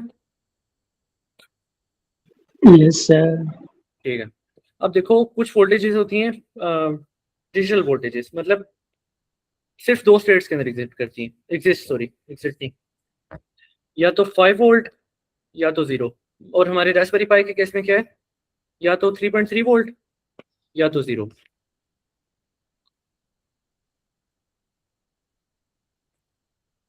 अब देखो, हमेशा जो हमारा नेचर में एग्जिस्टिंग चीज़ें हैं वो कभी भी इस तरह के परफेक्ट डाटा को सिमुलेट नहीं कर सकती। फॉर एग्जांपल, अगर मैं कहता हूँ कि मेरे पास एक अल्ट्रासोनिक या कोई भी ऐसा सेंसर था यार, जिस तरह के IR सेंसर कर लेते हैं। अब जब वो LED से रीड करेगा लाइट को, या फिर अल्ट्रासोनिक सेंसर साउंड सिग्नल से रीड कर रहा है और उनको डिजिटल वोल्टेजेस के अंदर कन्वर्ट कर रहा है, तो वो कभी भी परफेक्ट सिग्नल नहीं जनरेट करेगा। उसकी सिग्नल कुछ इस तरह के होंगे, ये कभी ज़्यादा कभी कम, इस तरह ये मतलब रैंडम सिग्नल जनरेट हो रहे होंगे। कभी उसके अंदर एक्स्ट्रा सिग्नल आ जाएगा, कभी डिस्टॉर्शन आ जाएगी, और सिग्नल कभी भी परफेक्ट 5 वोल्ट और 0 की कंडीशन के अंदर नहीं होंगे। मगर जो हमारा आर्डुइनो है या हमारा रास्पबेरी पाई है, ये परफेक्ट सिग्नल रीड करता है। अब पहली चीज़ जो हम करते हैं आर्डुइनो के अंदर जो लगी हुई है, वो है एक ADC, analogue to digital converter. मतलब जो हमारे सेंसर से एनालॉग सिग्नल्स आ रहे हैं, उन्हें हम कन्वर्ट कर लेते हैं डिजिटल सिग्नल्स में। मतलब इस तरह का जो सिग्नल है उसको हम कन्वर्ट करते हैं क्लीन सिग्नल के अंदर, जो सिर्फ 2 स्टेट्स के अंदर एग्जिस्ट करता है। मगर ये सेंसर देखो, ये वाला जो सिग्नल था, ये मल्टीपल स्टेट्स के अंदर है। 0, 0.1, 0.2, 1, 1.2, 1.3, मल्टीपल स्टेट्स के अंदर एग्जिस्ट कर रहे हैं। मगर ये वाला जो सिग्नल है, ये सिर्फ 5 वोल्ट या 3.3 वोल्ट और 0 सिर्फ 2 स्टेट्स के अंदर है। मेरा जो कंप्यूटर था या जो मेरा माइक्रो कंट्रोलर था, वो तो सिर्फ 2 स्टेट्स रीड कर रहा है, या ऑन या ऑफ। तो मैं एक ऐसी डिवाइस का यूज करता हूँ जिसे कहते हैं एनालॉग टू डिजिटल कन्वर्टर। ये मेरे इन सिग्नल्स को अपने अंदर से गुजारता है, जो मेरे डिस्टॉर्टेड सिग्नल्स हैं, और उन्हें क्लीन 5 वोल्ट और 0 की टर्म में चेंज कर देता है। अब देखो, अब अगर मैं एक ऐसी डिवाइस का यूज कर रहा हूँ जो कि मेरी सिर्फ 2 स्टेट्स के अंदर एग्जिस्ट कर रही है, तो मैं अगर किसी ऐसी चीज को रन करना चाहूँ, फॉर एग्जांपल एक मोटर है। अब मोटर देखो, या तो फुल स्पीड के ऊपर या तो बिल्कुल स्लो, मतलब 0 रुक जाए। सिर्फ इन्हीं 2 स्टेट्स के ऊपर तो नहीं रन करेगी मोटर ने, तो डिफरेंट स्पीड्स के अंदर जाना है। जिस तरह के अभी NERC वाले लोग, इन्हें पता होगा, रोबोट की डिफरेंट स्पीड सेट कर रहे थे ये लोग। तो मोटर के साथ ऐसा केस बिल्कुल भी नहीं है। आप ये नहीं करें कि 5 वोल्ट के ऊपर वो फुल स्पीड में चले जाए, 0 वोल्ट के ऊपर है और बिल्कुल बंद हो जाए। तो आप क्या करते हो, आप कहते हो मैं इन सिग्नल्स को सेंड करूं मगर मेरी मोटर की स्पीड के अंदर चेंजिंग आए। तो आप एक ऐसी टेक्निक का यूज करते हो जिसको कहते हैं PWM। अब मैं चाहता हूँ आप इमेजिन करो कि एक रस्सी बंधी हुई है, आप ऊपर से कुछ बास्केट्स बांधते हो और उनको स्लाइड कर देते हो नीचे की तरफ। अब देखो, अब जो बास्केट है उसकी आप अमाउंट नहीं चेंज कर सकते, मतलब बास्केट को आधा काट नहीं सकते। जिस तरह के हम इस केस में कह रहे हैं कि हमारे पास या तो सिग्नल 5 वोल्ट है या 3.3 वोल्ट है, इसी तरह हमारे पास बास्केट पूरी है। या तो हम अ, ये कर सकते हैं कि बास्केट को स्लो भेजें, या तो हम कर सकते हैं बास्केट को फास्ट भेजें। हम मगर ये नहीं कर सकते कि बास्केट को दरमियान से काट दें ताकि बास्केट्स दूसरी साइड पे कम जाएं। अगर मैं आपको कहता हूँ कि बास्केट्स को क्वांटिटी को कम कर दो, मगर आप बंद नहीं कर सकते क्वांटिटी, तो मैं क्या करूँगा, मैं टाइम के अंदर बहुत कम बास्केट्स भेजूंगा। फॉर एग्जांपल, एक बास्केट भेजी ये ऊपर वाली जगह और ये नीचे वाली जगह, एक बास्केट भेजी, फिर थोड़ी देर बाद एक और बास्केट भेजी, और वही अगर मैं स्पीड से करना शुरू हो जाऊँ, बास्केट भेजी, उसकी फौरन बाद एक और बास्केट भेज दी। अब दोनों केसेस के अंदर क्या होगा, एक केस के अंदर यहाँ पर बहुत कम बास्केट्स पहुंचेंगी, मगर जिस केस में मैं बहुत तेज तेज बास्केट्स भेज रहा था, उस केस में यहाँ पर बास्केट्स का ढेर लग जाएगा।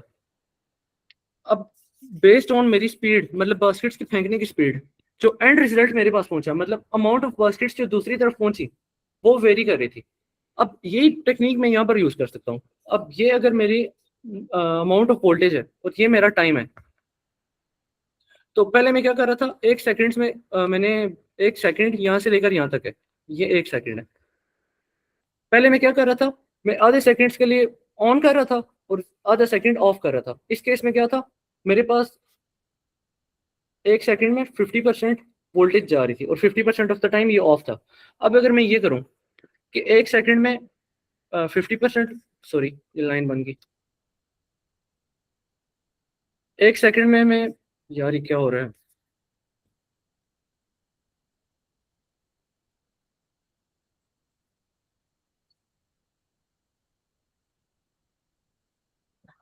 एक सेकंड में जो सिग्नल की पल्स थी, मतलब विड्थ थी, जो पल्स की, पल्स कहते हैं ऑन या ऑफ। जो हम स्पीड से ऑन ऑफ करते हैं उसको पल्स कहते हैं।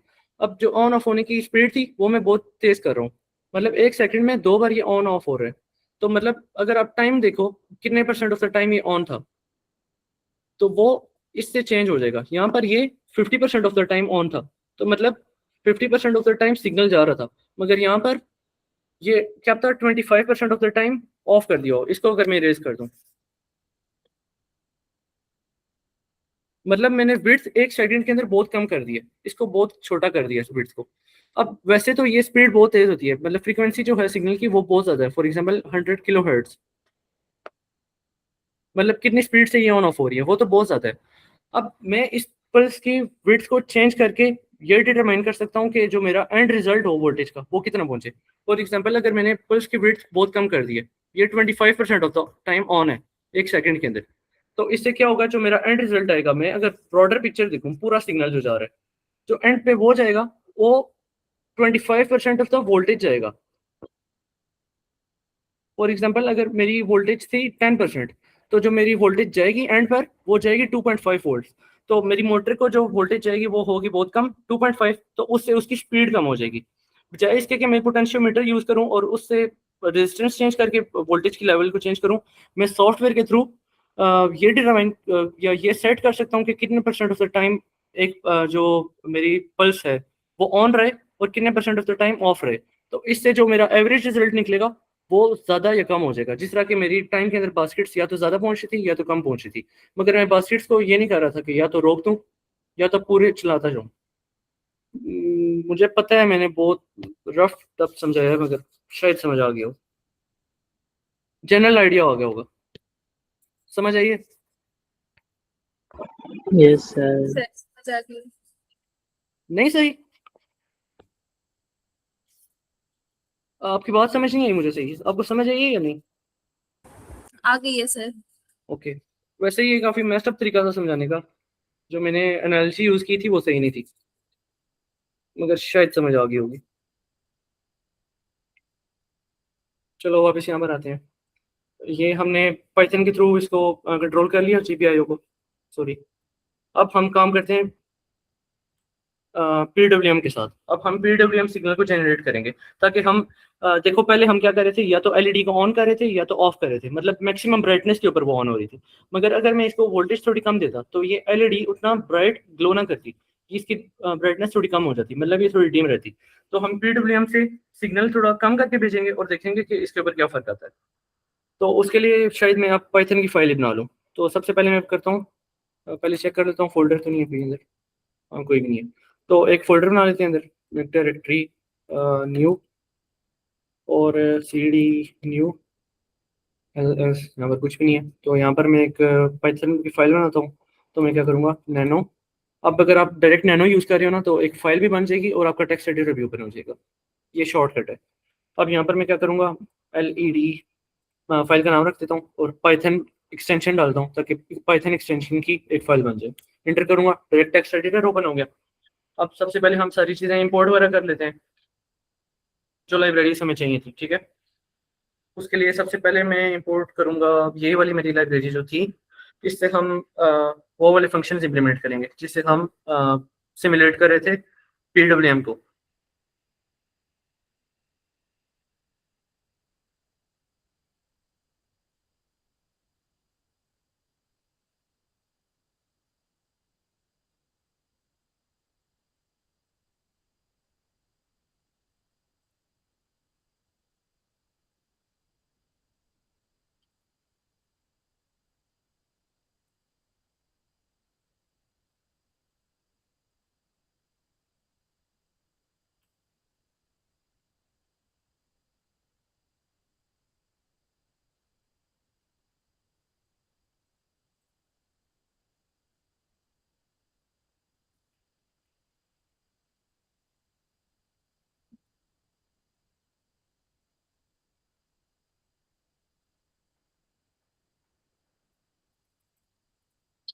टेक्स्ट एडिटर में कोई मसला आया हुआ है यार, ये सही लिख नहीं पा रहा, चेक करता हूँ। हाँ अब सही हो गया। सर ये GPIO 0 हमारे पास पाइथन की लाइब्रेरी है ना? हाँ पाइथन की लाइब्रेरी है। जो हमारा रेस्पबेरी पाई ओएस है ना, उसके अंदर पाइथन का एनवायरनमेंट बिल्ड इन आता है, आपको पाइथन प्री इंस्टॉल्ड मिलेगी। क्योंकि ज़्यादातर काम आप पाइथन के साथ ही कर रहे हो। अब ऑप्टिमम तरीका जो है ना, वो आप सेंसर्स वगैरह डायरेक्ट कभी भी रास्पबेरी पाई के साथ नहीं जोड़ते। रास्पबेरी पाई को आप हायर कंप्यूट मॉड्यूल की तरह यूज़ करते हो। मतलब आपके जो मशीन लर्निंग, ऑब्जेक्ट रिकग्निशन, ये सारे काम हो रहे हैं, और अगर जो ब्रॉडर आपकी फाइल मैनेजमेंट और ये सारा काम है, ये सारा आप रास्पबेरी पाई के अंदर करते हो, और I2C के थ्रू इसके साथ आर्डुइनो को कनेक्ट करते हो, और उसके ऊपर आप सारा कोड लिखते हो, मोटर कंट्रोल और इन चीज़ों का, और फिर आप इन दोनों को आपस में कम्युनिकेट करा देते हो। फॉर एग्जांपल, जब तक रास्पबेरी पाई सिग्नल नहीं देता, रास्पबेरी पाई का कुछ फंक्शन रन हुआ जो आपने बनाया हुआ था, उसके अंदर से उसने सिग्नल दिया आर्डुइनो को, और आर्डुइनो ने मोटर कंट्रोल करना शुरू कर दी। बेस्ट जो पाइपलाइन होती है वो ये होती है, आप इनको कंट्रोल इस तरह करते हो। अब जो तो मैंने इसमें हमारे पास है आर्डुइनो जो होता है I2C ऐसा कर रहा होता है। क्या मतलब Y2C, क्वेश्चन नहीं समझा। अभी आपने कहा है कि मतलब ये क्या कहते हैं, रास्पबेरी पाई से हम सिग्नल भेजते हैं आर्डुइनो को, और आर्डुइनो फिर आगे जो उसके साथ पिंस कनेक्ट होंगी वो उनको भेजेगा। हाँ, तो इसमें आर्डुइनो एज I2C एक्ट करेगा। नहीं, I2C कम्युनिकेशन प्रोटोकॉल का नाम है। आर्डुइनो एज अ डिवाइस काम करेगा जो I2C के थ्रू कनेक्ट हुई हुई है हमारी रास्पबेरी पाई के साथ। ओके, चलो समझ आ गया। ठीक है, तो देखो, जिस तरह मैंने पहले यहाँ पर बोला था कि मैं LED को कुछ नाम देना चाहता हूँ, यही काम कर रहा था। अगर आपको याद हो, मैं मतलब LED का पिन नंबर बता देता था यहाँ पे, फॉर एग्जाम्पल 17 बताया। अब देखो, क्योंकि मैंने PWM वाला काम करना है, तो मैं क्या करूँगा, पहले स्टार्ट में लिखूंगा PWM, और फिर लिखूंगा LED, और यहाँ पर मैंने पास किया 17।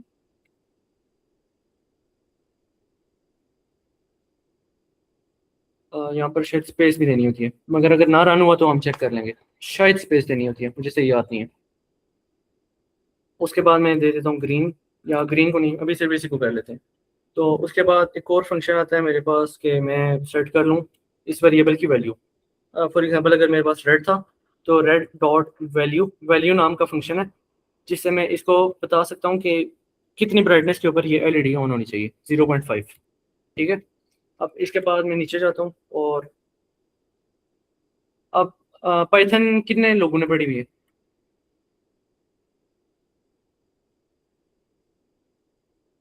सबने पढ़ी हुई है? हाँ, सब नहीं पढ़ी हुई है, ठीक है। अब पाइथन के अंदर शायद आपने ये ना पढ़ा हो, मगर एक ऐसा आपको मिल जाएगा जिसमें ट्राई एक्सेप्ट के ब्लॉक्स आ जाते हैं। ट्राई एक्सेप्ट में ये होता है कि वो इस कोड को रन करने की कोशिश करेगा। अगर ये कोड चला तो ठीक है, नहीं तो एक्सेप्ट ब्लॉक के अंदर जो भी लिखा होगा वो उसे रन कर देगा। होप सो आप लोगों ने किया हुआ है ये।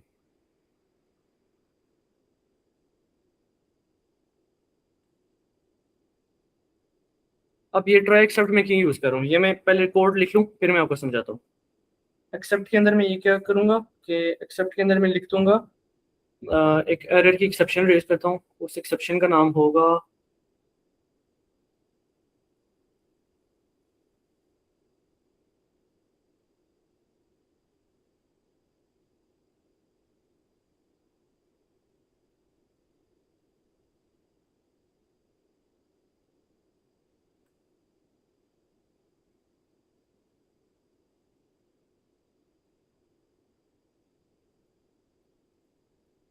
अब समझाता हूँ कोड। अब देखो, पहले तो मैं इसको शेल के अंदर रन कर रहा था, तो मैंने मैनुअली ये वाली LEDs को क्लोज किया था ताकि वो उसी तरह फ्लोटिंग पोजीशन में न रहे।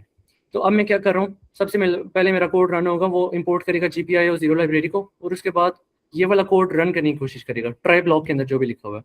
ट्राई के अंदर क्या लिखा हुआ है कि एक पिन, जो पिन नंबर 17 है, उसको as a PWM pin act कराओ, और उसका नाम रख दो रेड, और फिर रेड के ऊपर मैं एक फंक्शन कॉल कर रहा हूँ, रेड डॉट वैल्यू, मतलब 0.5। 0.5 का मतलब ये कि 50% ब्राइटनेस, मतलब 50% ऑफ द वोल्टेज जाएगी LED की तरफ। तो उसके बाद मैं एक्सेप्ट कीबोर्ड इंटरप्ट डाल रहा हूँ, मतलब जब मेरा प्रोग्राम रन होना शुरू हो जाएगा तो वो कंटिन्यूसली रन ही रहेगा, जिस तरह आर्डुइनो में होता है। तो हम अगर डायरेक्ट वोल्टेज ऑफ कर देंगे पाई की, तो ये चल भी सकते हैं। तो हम क्या करते हैं, एक होता है कीबोर्ड इंटरप्ट, Ctrl+C अगर आप दबाते हो ना, तो कोई भी प्रोसेस चल रहा है अगर टर्मिनल के अंदर, तो वो इंटरप्ट हो जाता है, मतलब बंद हो जाता है। तो हम क्या कहते हैं कि ट्राई करो इस ब्लॉक को रन करने की, अगर ये नहीं रन हो रहा तो आप एक्सेप्ट, मतलब एक्सेप्ट, अगर ये वाला एरर आ रहा है तो आप नीचे जो भी कोड लिखा हुआ है उसको रन कर दो। और एक्सेप्ट कौन सा एरर आ रहा है, कीबोर्ड इंटरप्ट, मतलब कोई भी Ctrl+C दबाता है इस प्रोग्राम के एग्जीक्यूशन टाइम में, तो आप ये वाला प्रोग्राम क्लोज करो, मगर सिर्फ क्लोज ना करो, जो एलईडीज की फ्लोटिंग पोजीशन थी उनसे उनको रिलीज कर दो, मतलब उनको वापस डिफॉल्ट कंडीशन के अंदर ले आओ। समझ आइए ये? Yes sir. सर ये जो लेट डॉट वैल्यू है ये 0 से 1 के दरमियान होती है, यहाँ पे होती है। हाँ हाँ, 0 से 1 के दरमियान। 0.5 का मतलब 50%। अब देखो मैं दबाऊंगा कंट्रोल एस से यहाँ पर लिखा हुआ है रोड 10 लाइन्स, मतलब मेरी जो प्रोग्राम था वो सेव हो गया, मतलब मेरी फाइल सेव हो गया। उसके बाद मैं दबाऊंगा कंट्रोल एक्स, मैंने लीव कर दिया। अब मैं एल एस करता हूँ, सॉरी एल एस, यहाँ पर देखो मेरी फाइल का नाम आ गया। अब मैं इसको रन करूंगा, किससे रन करूंगा? पाइथन से। पाइथन led.py, जिस भी फाइल का नाम लिखूंगा वो रन हो जाएगी, led.py। अगर एंटर करता हूँ तो इसने क्या बताया है? सही है, एक एरर आया था। ट्राई के बाद हमने ये कॉलन डालना था, हम कॉलन डालना भूल गए, दोबारा जाकर कॉलन डालते हैं। अच्छा, दोबारा अब इसको एडिट करते हैं, नैनो। सर आपकी आवाज नहीं आ रही। अब आ रही है? हेलो? सर आ रही थी पहले भी। अब आवाज नहीं आ रही मेरी? सर आ रही है। किसको नहीं आ रही?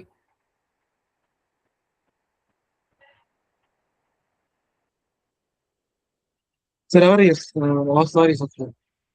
ये अभी किसने बोला था यार? मैंने स्क्रीन अभी खोली है। किसको नहीं आ रही? किसने बोला था अभी?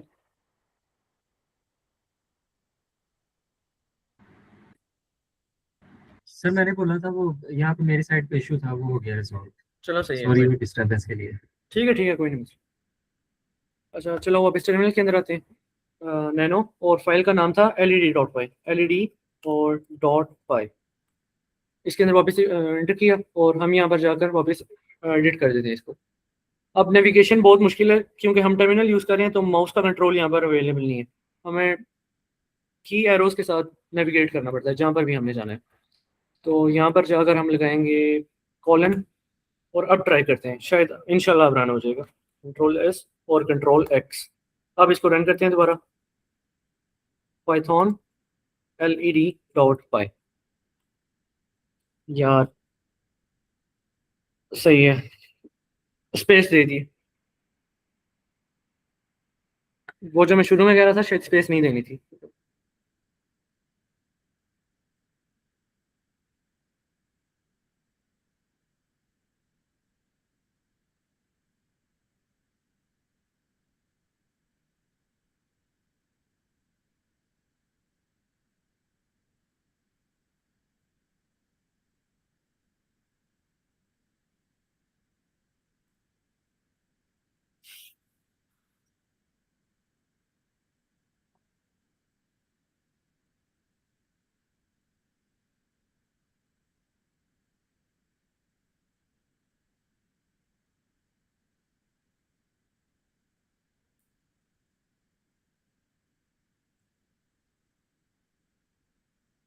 यार मुझे तो सिर्फ कुछ सही लग रहा है। अब आखिरी सहारा जो हमारा एग्जिस्ट करता है, उसके पास चलते हैं। आप लोगों का नहीं पता, मगर मेरे ये भाई साहब हैं।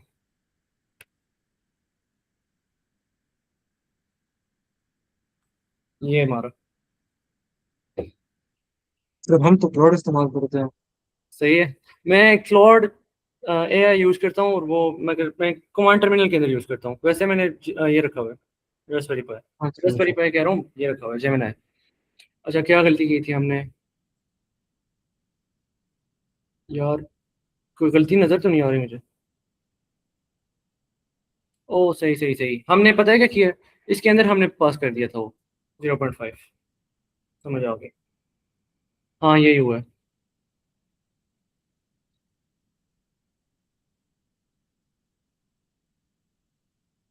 ठीक ठीक।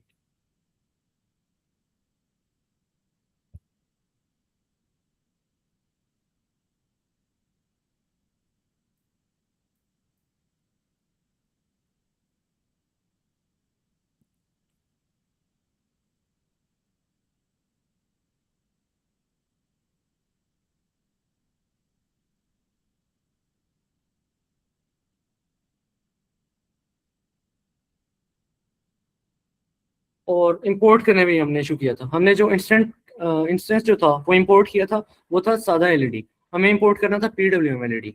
ये हमारी एक प्रॉब्लम थी, गलतियों से इंसान सीखता है।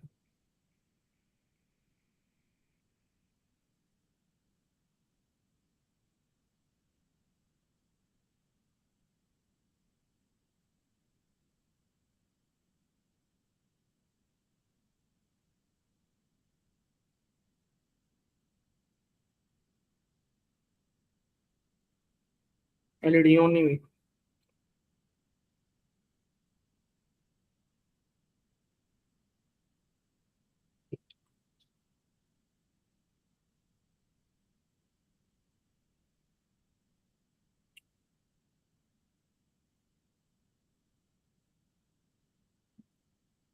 यार पता नहीं क्या इशू हो रहा है, मैंने अपनी तरफ से सेट कर लिया सारा।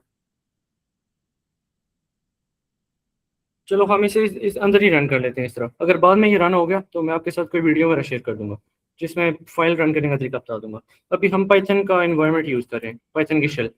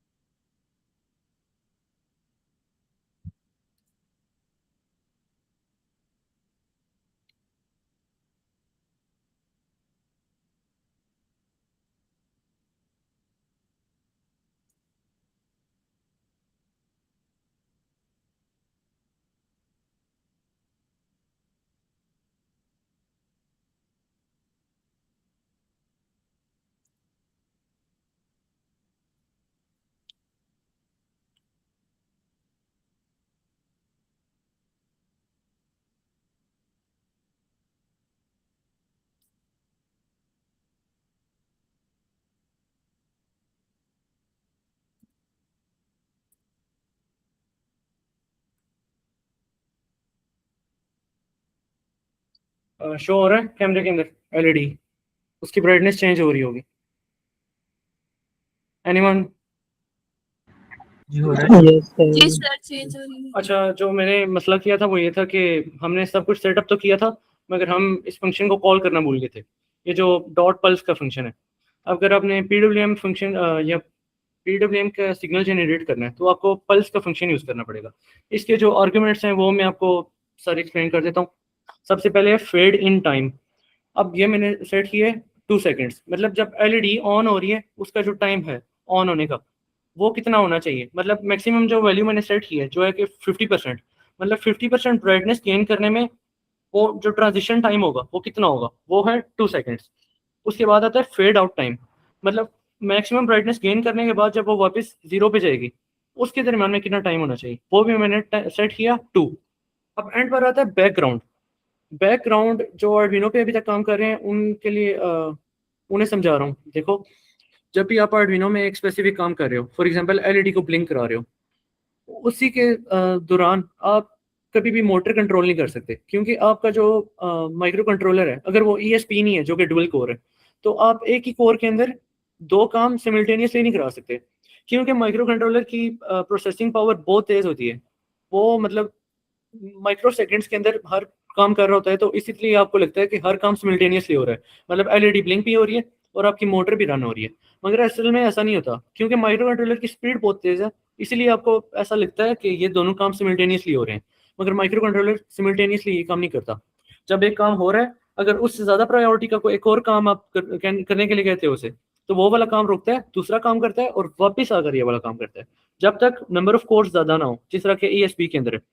ईएसपी के अंदर नंबर ऑफ कोर्स ज़्यादा होते हैं, इसीलिए आपको ऐसा मसला नहीं आता। आप ये करते हो कि एक कोर के अंदर आपने कुछ और रन कर लिया और एक कोर के अंदर आप कुछ और रन कर लिया।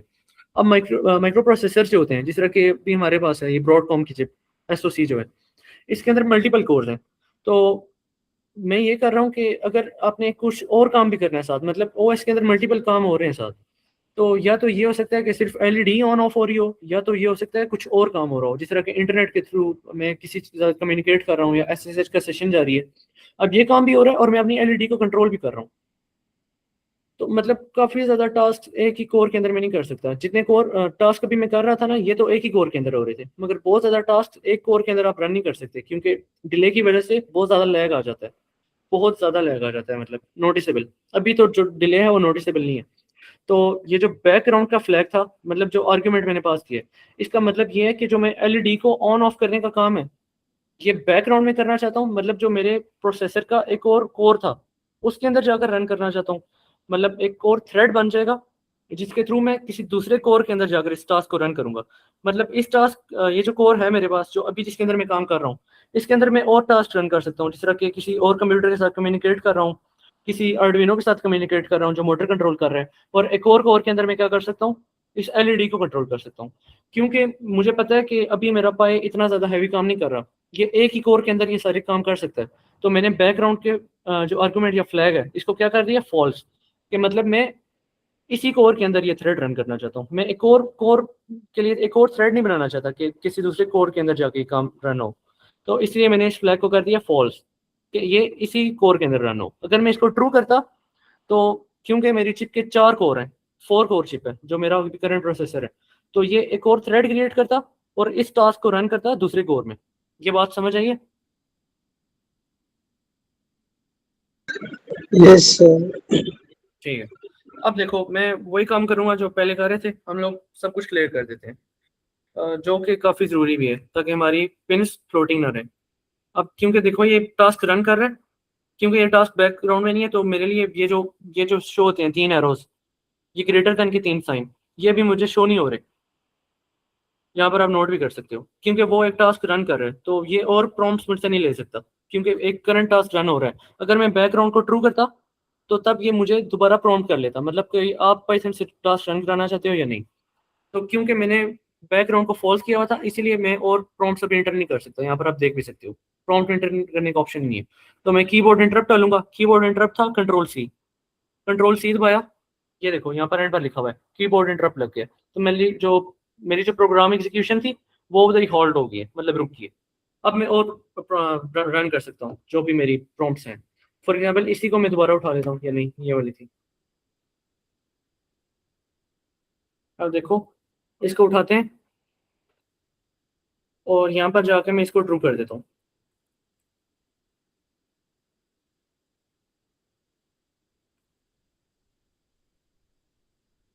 अब मतलब समझ आया आपको? देखो मेरी एलईडी अभी भी रन हो रही है, मगर ये दोबारा मुझे प्रॉम्प्ट कर रहा है। मगर प्रीवियस केस में ऐसा नहीं था।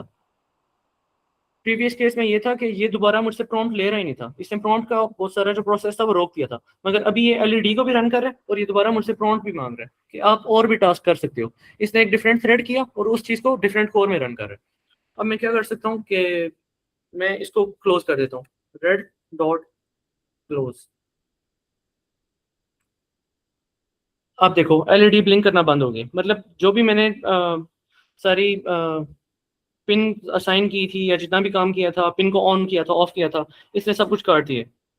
अब वो मेरा थ्रेड जो था वो ब्रेक हो गया, मतलब दूसरा कोर मेरा दोबारा फ्री हो गया, क्योंकि मैं जो टास्क रन कर रहा था उस कोर के अंदर, वो भी बंद हो गया। एग्जिट करके यहाँ से बाहर निकल जाते हैं। मतलब जो फाइल क्रिएट करके हम काम कर रहे थे, उसके अंदर कोई भी गड़बड़ नहीं थी, गड़बड़ हमारे प्रोग्राम स्ट्रक्चर में थी। हम दोबारा उसी फाइल को चेक करते हैं, एलएस।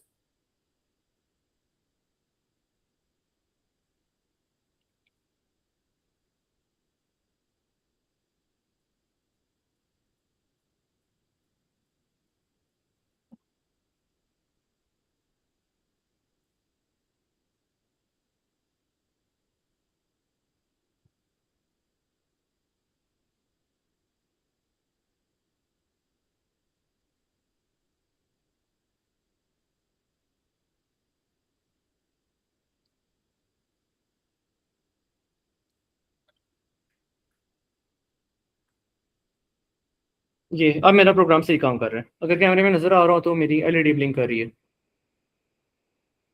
अब प्रोग्राम एग्जीक्यूशन को हॉल्ट करने के लिए मैं क्या करूँगा, अब देखो ये दोबारा मुझसे प्रॉम्प्ट नहीं ले रहा, तो मैं अगर कंट्रोल सी दबाऊंगा तो ये इस प्रोग्राम की एग्जीक्यूशन को इधर ही रोक देगा। कंट्रोल सी दबाया, दोबारा मैं प्रॉम्प्ट के ऊपर आ गया, मतलब प्रोग्राम की एग्जीक्यूशन रुक गई। यहाँ तक समझ आ गई है सबको? अगर इसी को कोई प्रॉब्लम है कुछ। सर अगर हम बैकग्राउंड को ट्रू कर देते हैं और उसके बाद हम ग्रीन एलईडी का कोड लिखते हैं तो साइमल्टेनियसली दोनों कोड रन हो जाएंगे।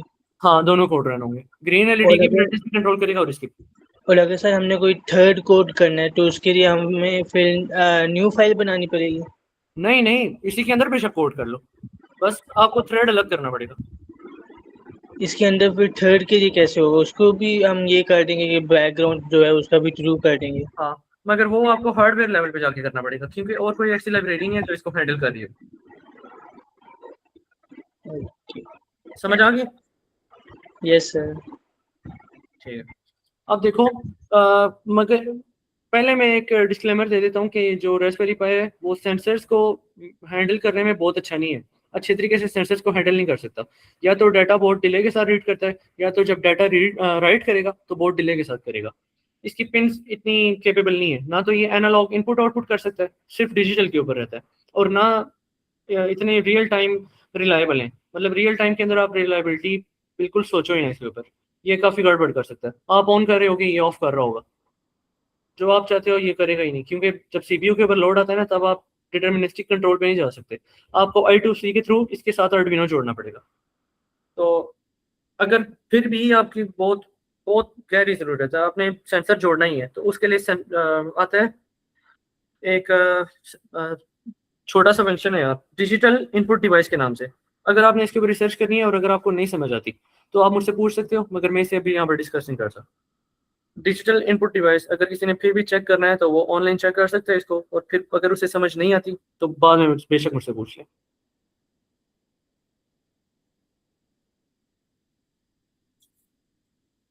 ठीक है। अब मेरे ख्याल में आज के लिए काफ़ी है। एंड करें सेशन को या कुछ और भी करना है, या थोड़ा सा और करा दूँ?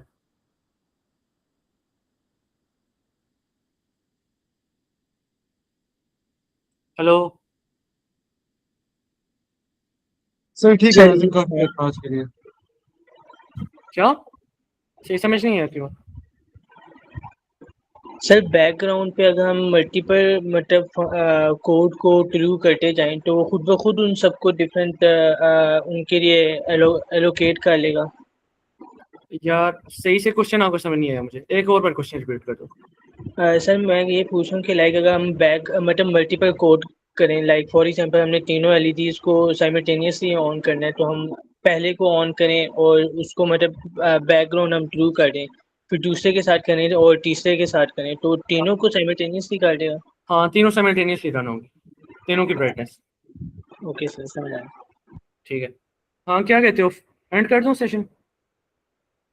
वैसे मेरे पास एक हाई लेवल का, इतना भी हाई लेवल नहीं है, मगर एक कोड पड़ा हुआ है ऑब्जेक्ट डिटेक्शन का, और कैमरा की कमांड बता देता हूँ। हाँ, ये भूल गया था मैं। देखो, अब मेरा यहाँ पर कैमरा भी कनेक्ट है, जो मॉडल नंबर है वो रास्पबेरी पाई मॉडल 1.3 है, V1.3। यार कैमरा वाली फीड नजर आ रही है आपको, शो हो रही है वो?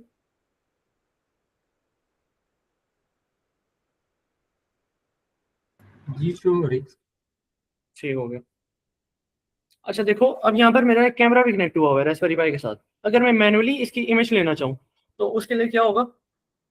उसके लिए जो कमांड है वो है, अब देखो ये लेगेसी हार्डवेयर है तो इसकी जो नई कमांड्स आती हैं वो आप यूज़ नहीं कर सकते, तो आपको लेगेसी कमांड्स यूज़ करना चाहिए। वो जो लेगेसी कमांड है वो है आर पाई और कैम, आर पाई कैम। उसके बाद दो फ्लैग्स यूज़ करोगे आप। पहला फ्लैग है स्टिल, मतलब आप स्टिल इमेज लेना चाहते हो, वीडियो नहीं हो, वो जो आप इमेज ले रहे हो वो स्टिल इमेज होगी। उसके बाद आप दूसरा फ्लैग करोगे एन, इसका मतलब अगर सच पूछो मुझे भी नहीं पता। और उसके बाद मैं इसको आउटपुट फाइल भी बताना चाहता हूँ। स्लैश ओ जो फ्लैग है इसका मतलब है कि मैं आपको आउटपुट जो इमेज होगी उसका पाथ भी बताना चाहता हूँ कि उसे किस नाम से सेव करो, या उसका पाथ क्या होना चाहिए। तो उसका नाम मैं देता हूँ टेस्ट इमेज, टेस्ट इमेज बोल देते हैं इसको। और साथ मुझे फाइल की एक्सटेंशन भी देनी पड़ेगी कि इसको किस फाइल के तौर पे सेव करो, जेपीजी में कर देता हूँ। ये मेरी कमांड थी। आर बाई कैम मेरी कमांड का नाम है। स्टिल मतलब मैं वीडियो रिकॉर्ड नहीं करना चाहता, मैं सादी फोटो लेना चाहता हूँ, स्टिल इमेज। स्टिल उसके बाद ये बैक स्लैश एन बस ये डाल दो, मुझे खुद नहीं पता इसका, सच बताऊं तो मैं झूठ नहीं बोलूंगा। उसके बाद आता है स्लैश ओ। स्लैश ओ का मतलब है आउटपुट फाइल को मैं स्पेसिफाई करना चाहता हूँ कि आउटपुट फाइल का नाम क्या होना चाहिए, नहीं तो ये डिफॉल्ट कुछ भी नाम रख देगा। अब मैं अगर एंटर करता हूँ R pi cam command not found, camera connect ही नहीं है साथ, शायद वो डिसेबल हो गए। अच्छा, 2 मिनट की ब्रेक ले लेते हैं, मैं इतनी देर में कैमरा सेट कर लेता हूँ, वो साथ कनेक्ट नहीं है सही से।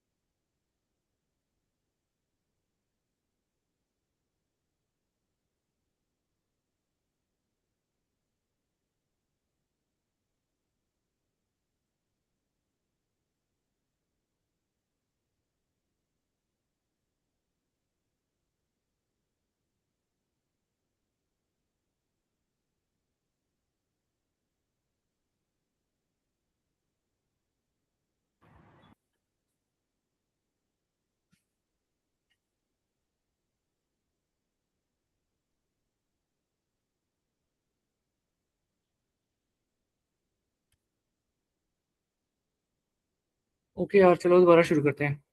होप सो बाकी सारे वापस आ गए हों। ठीक है।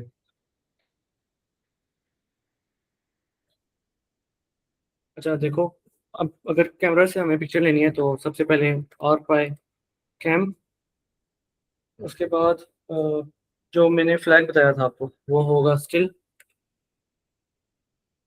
उसके बाद slash O, sorry slash O होगा, स्लैश एन स्लैश ओ का फ्लैग जिससे हम आउटपुट बता रहे हैं। या इससे पहले भी मैं एक और काम कर लेता हूँ, इमीडिएट, मतलब ये मेरी इमेज को इनहेंस करने की कोशिश नहीं करेगा, डायरेक्ट मुझे आउटपुट दे देगा। कभी कभी ये होता है कि वो फोकस करने की कोशिश करते हैं और इस वजह से हमारा टाइम भी कंज्यूम होता है, और उसके साथ साथ हमारी जो इमेज का साइज़ है वो भी बड़ा होता है। तो इमीडिएट के फ्लैग से ये होगा कि वो पिक्चर फ़ौरन लेगा, मतलब कस्टमाइजेशन और ये फोकस सेट करना और ये सारी चीज़ें ये कुछ भी नहीं करेगा, डायरेक्ट इमेज ले लेगा। अब आउटपुट और इमेज का नाम बता देता हूँ, टेस्ट डैश इमेज, और इमेज की फाइल एक्सटेंशन दे दूंगा JPG। इंटर अगर करूँ तो इमीडिएट, शायद मैंने हाँ डबल स्लैश देनी थी इमेज के इमीडिएट के साथ, तो कमांड वापस कॉपी कर लेते हैं।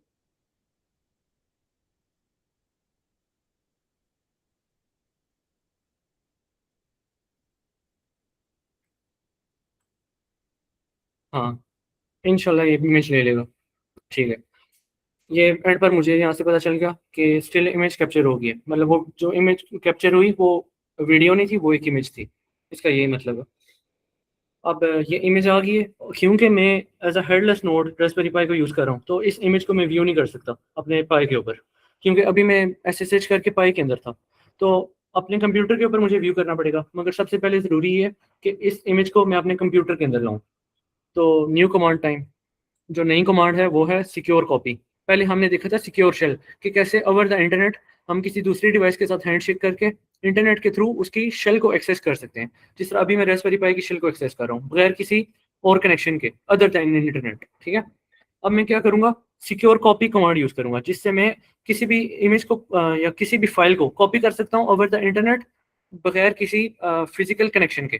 देखो कमांड का जो सिंटेक्स है वो ये होगा कि हम उसको रास्पबेरी पाई के अंदर यूज नहीं करेंगे, वैसे ही सिंटेक्स नहीं है, लिखने की जगह बता रहा हूँ।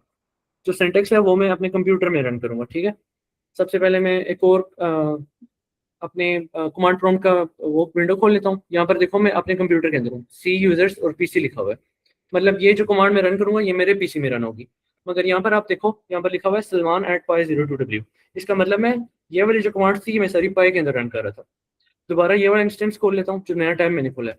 अब यहाँ पर मैं वो कमांड लिखने वाला हूँ। सबसे पहले SCP सिक्योर कॉपी, ये लिखा, मतलब इमेज फाइल को यहाँ पर लाना चाह रहा हूँ, उसके लिए कमांड बता रहा हूँ। देखो सबसे पहले SCP लिखा, अब मैं वापस यहाँ पर जाऊँगा।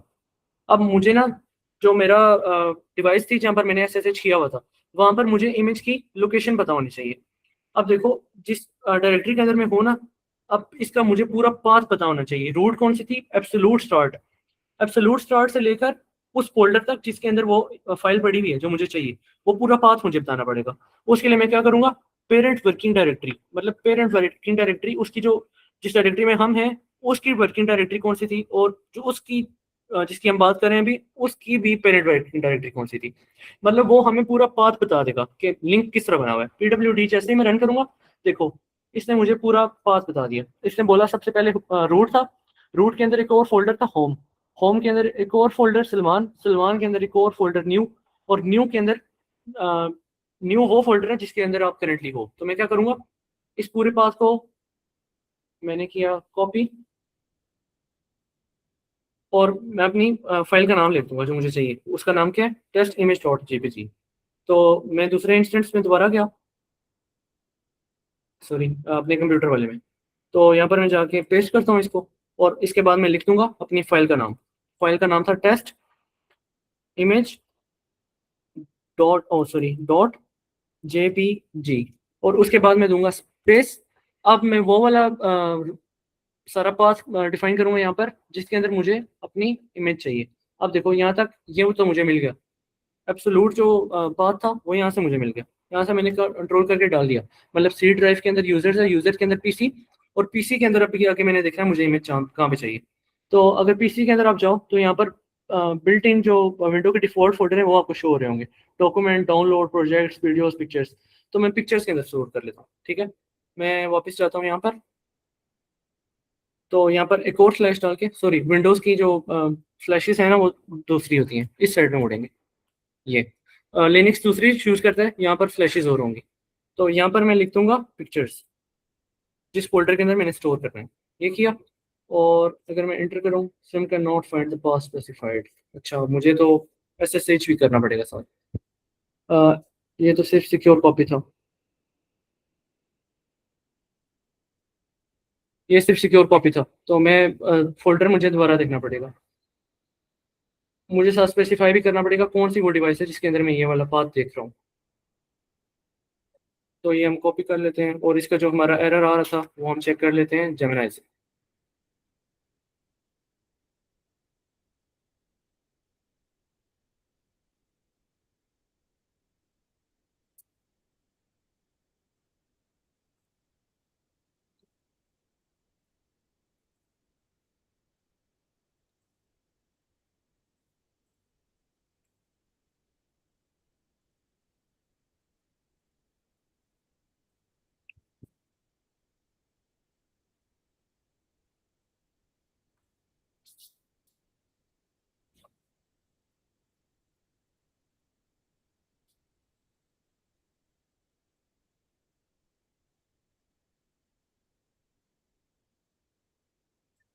ओके, तो हमारे सिंटेक्स के अंदर कुछ गड़बड़ थी। अ, जो हमारा पाथ था उसके बताने के बाद हमें अपने यूज़र और अपने होस्ट नेम को भी बताना पड़ेगा, और उसके बाद हम देंगे कि हमने कहाँ पर डालनी है वो।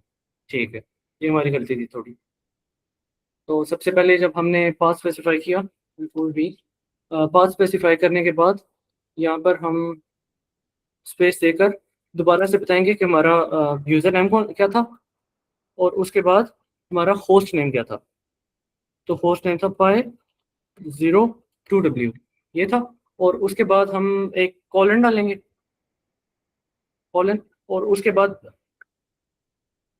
डबल कॉमर्स के अंदर या डबल कोट्स के अंदर हम अपने सोर्स फाइल की, जिधर हमने स्टोर करनी है इमेज, उसका पाथ पेस्ट कर देंगे या फिर प्रोवाइड कर देंगे इसको। नो सच फाइल और डायरेक्टरी, पिक्चर्स एग्जिस्ट ही नहीं करता। शायद पिक्चर्स डायरेक्ट पीसी के अंदर एग्जिस्ट नहीं करता, किसी सब फोल्डर के अंदर होगा। तो हम डायरेक्ट पीसी के अंदर इसको इंपोर्ट कर लेते हैं और बाद में देख लेंगे, इमेज ढूंढ लेंगे खुद ही।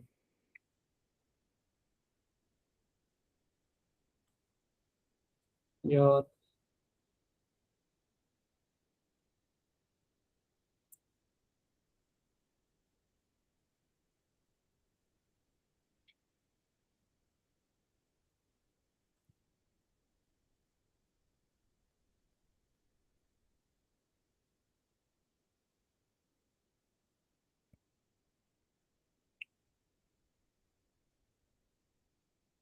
सिंटेक्स में दोबारा मसला था,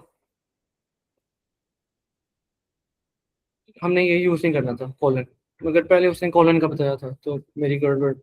बल्कि नहीं, कॉलन यहाँ पे यूज़ करना है, माय बैड, सॉरी। अभी मेरे ख्याल में ये कमांड चलनी चाहिए। असल में इसका सिंटेक्स बहुत लंबा है, तो इतने ज़्यादा लंबे सिंटेक्स में याद नहीं कर सकता।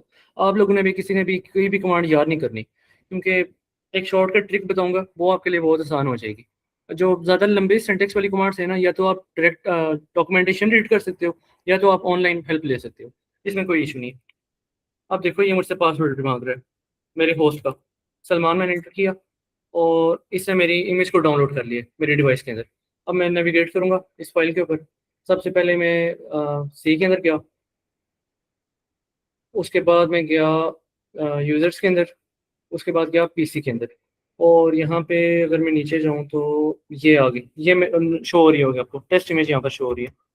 टेस्ट इमेज अगर मैं ओपन करूँ तो ये, अच्छा ये उल्टी आई है, ये अभी मेरे रास्पबेरी पाई ने क्लिक की है, ये वाली इमेज। ये कैमरा का रिजल्ट अच्छा है, लो लाइटिंग में भी सही देता है, तो आपकी ऑब्जेक्ट डिटेक्शन, ये सारी चीज़ें सही अच्छे तरीके से हो सकती हैं। ये अभी करंटली अभी रास्पबेरी पाई ने जो इमेज ली है, जो अभी हमने टेस्ट इमेज उठाई थी, ये वो वाली है। अब देखो, ये तो इमेज आपने उठाई थी मैनुअली। अब SCP और इस तरह की जो कमांड्स हैं जो आप रेयरली यूज़ करते हैं, इसका सिंटेक्स आपने कभी भी यूज़ नहीं करना, ना लिखने का तरीका। अब ये वाला इंस्टेंस हम बंद कर देते हैं, और वापस इसको भी बंद कर देते हैं। अभी अगर आप यहाँ पर आओ तो जो जिस शॉर्टकट की मैं बात कर रहा था, अगर आप कोई कमांड है आपको उसका सिंटेक्स भूल गया तो आप क्या करोगे, मैन लिख के उस कमांड का नाम लिख दोगे, मैन ls। अब देखो इसने ls का पूरा मैनुअल शो कर दिया मुझे कि इस कमांड को किस तरह मैंने यूज़ करना है। सबसे पहले इसका नाम, उसके बाद इसको यूज़ करने का तरीका क्या है ls, उसके बाद मैं ऑप्शंस मतलब कि फ्लैग्स कौन से देना चाहता हूँ, और उसके बाद फाइल का नाम ये मैं ऐड करूँगा। फॉर एग्जांपल अगर मैं /a डालता हूँ या फिर $all डालता हूँ तो इसका मतलब है ये कुछ भी इग्नोर नहीं करेगा, जितनी भी सारी चीज़ें हैं हिडन फोल्डर्स कुछ भी है वो सारा का सारा मुझे शो कर देगा। अगर मैंने एग्जिट करना है तो Ctrl+X या फिर Ctrl+C दबा दूंगा, या आउटपुट करने के लिए कुछ और होगा।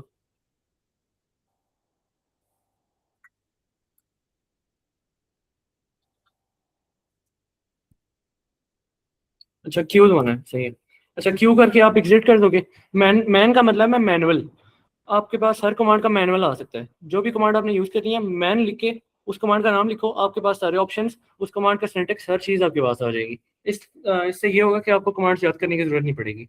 आप जैसे जैसे लिनक्स को यूज़ करते रहोगे ये कमांड्स खुद ही आपको याद हो जाएंगी। SCP चेक करने की कोशिश करते हैं, मैन SCP। तो इसने SCP का भी मुझे पूरा जो था मतलब सिंटेक्स था वो इसने पूरा शो कर दिया। सिनॉप्सी में चेक करते हैं SCP। उसके बाद मुझे शो करना है सर्वर का पाथ, मतलब जहाँ से मैं उठाना चाहता हूँ इमेज। उसके बाद मैं शो करूँगा डेस्टिनेशन। ये जितने भी फ्लैग्स हैं ये ऑप्शनल है, बेशक आप यूज़ ना करो। उसके बाद मैं डेस्टिनेशन बताऊँगा, और उसके बाद और भी काफ़ी ज़्यादा ऑप्शन हैं जो मैं इसको दे सकता हूँ। क्यू दबा कर एग्जिट कर देते हैं। ये मेरा मैनुअल था इस कमांड का, इसे मैं जिस तरह भी यूज़ करना चाहता हूँ ताकि मुझे कमांड्स याद करने की जरूरत ना पड़े। लिनक्स के अंदर बिल्ट इन मैनुअल है हर कमांड का। अभी ये हो गया। अभी आखिरी चीज़ कराऊंगा और 4 मिनट रहते हैं, 11 बजे सेशन एंड कर देंगे। देखो अगर ये मैंने एक प्रोग्राम बनाया था, मैं आप लोगों को चेक करा देता हूँ। वैसे भी एंड करने वाला था मैं सेशन, मगर ये चेक कर लो। अगर मैं गिटहब के ऊपर जाता हूँ, यहाँ पर मैंने एक प्रोजेक्ट डाला था, जस्ट शो करने के लिए दिखा रहा हूँ। ये था बेसिक सा प्रोजेक्ट है, मगर मेन मकसद है आपको दिखाना कि ये कर रखे। ये अगर मैं इसकी प्रोग्राम फाइल खोल लूँ तो यहाँ पर देखो, वैसे काम कंप्यूटर विजन का है मगर मैं कंप्यूटर विजन अभी समझाऊंगा नहीं। मैं दिखाना चाह रहा हूँ कि रास्पबेरी पाई के साथ क्या वो फ़ायदा था जो मैंने यहाँ पर इम्प्लीमेंट किए। देखो LED पिन तो मैंने वही यूज़ किए हैं जो पहले थी, और भी कुछ मॉड्यूल्स हैं उनको भी छोड़ दो। ये सब प्रोसेस एक ज़रूरी है, इसके बारे में सुन लो। सब प्रोसेस ये करते हैं कि आप पाइथन के अंदर डायरेक्टली लिनक्स की कमांड्स रन कर सकते हो। मतलब वैसे तो आपको ये करना पड़ता है ना कि आप पाइथन की टर्मिनल को लीव करोगे और फिर लिनक्स का टर्मिनल ओपन करोगे और फिर लिनक्स की टर्मिनल कमांड लिखोगे और वो रन होगी। तो सब प्रोसेस मॉड्यूल से ये होगा कि आप पाइथन के जो आपकी फाइल है उसी के अंदर आप लिनक्स की कमांड लिखोगे, और जब भी आपको उस कमांड को चलाना है वो उस कमांड को चला देगा। फॉर एग्जाम्पल अगर मैं नीचे जाऊँ तो ये देखो सब process dot run.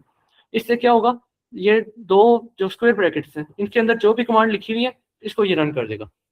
For example ये मैंने जो कैमरा की इमेज लेने की कमांड थी वो मैंने रन की हुई है यहाँ पर। इसके अंदर मैंने फ्रेम वगैरह ये सारा कुछ मेंशन किया हुआ है कि कितने फ्रेम की इमेज लेनी है। यहाँ पर भी ये इमीडिएट इमेज ले रहा है, मगर मैंने इमेज का जो साइज होगा वो इसको मेंशन कर दिया कि इमेज की विड्थ 320 होनी चाहिए और जो हाइट होनी चाहिए वो 240 होनी चाहिए। अब ऊपर से मैं प्रोग्राम अगर थोड़ा बहुत आपको समझाऊं, ये जो सारा काम हुआ हुआ है ये है उसका कंप्यूटर विजन का। तो इसके अंदर नहीं जाएंगे, सबसे पहले ये देख लो। यहाँ पर मैंने क्या किया कि जो वैसे ट्रेडिशनल रास्पबेरी पाइस थे ना उनके अंदर क्योंकि रैम बहुत ज़्यादा होती है, मगर जो मेरा मॉडल है इसके ऊपर रैम बहुत कम है, 512 MB इसकी रैम है। तो मैंने क्या किया, मैंने मैनुअली पिक्चर ली। जो वो लोग काम करते हैं वो ये करते हैं कि उनके पास एक मॉड्यूल होता है पाइथन का, एक लाइब्रेरी बिल्ट इन है, उसके अंदर सिर्फ वो पास करते हैं कि एक इमेज हो और उसके ऊपर ये कंप्यूटर विजन का ये वाला एल्गोरिथम लगा दो। मतलब टोटल 2 फंक्शन कॉल होते हैं। मैंने ये किया कि यहाँ पर ऑप्टिमाइज करने की कोशिश की है कोड को।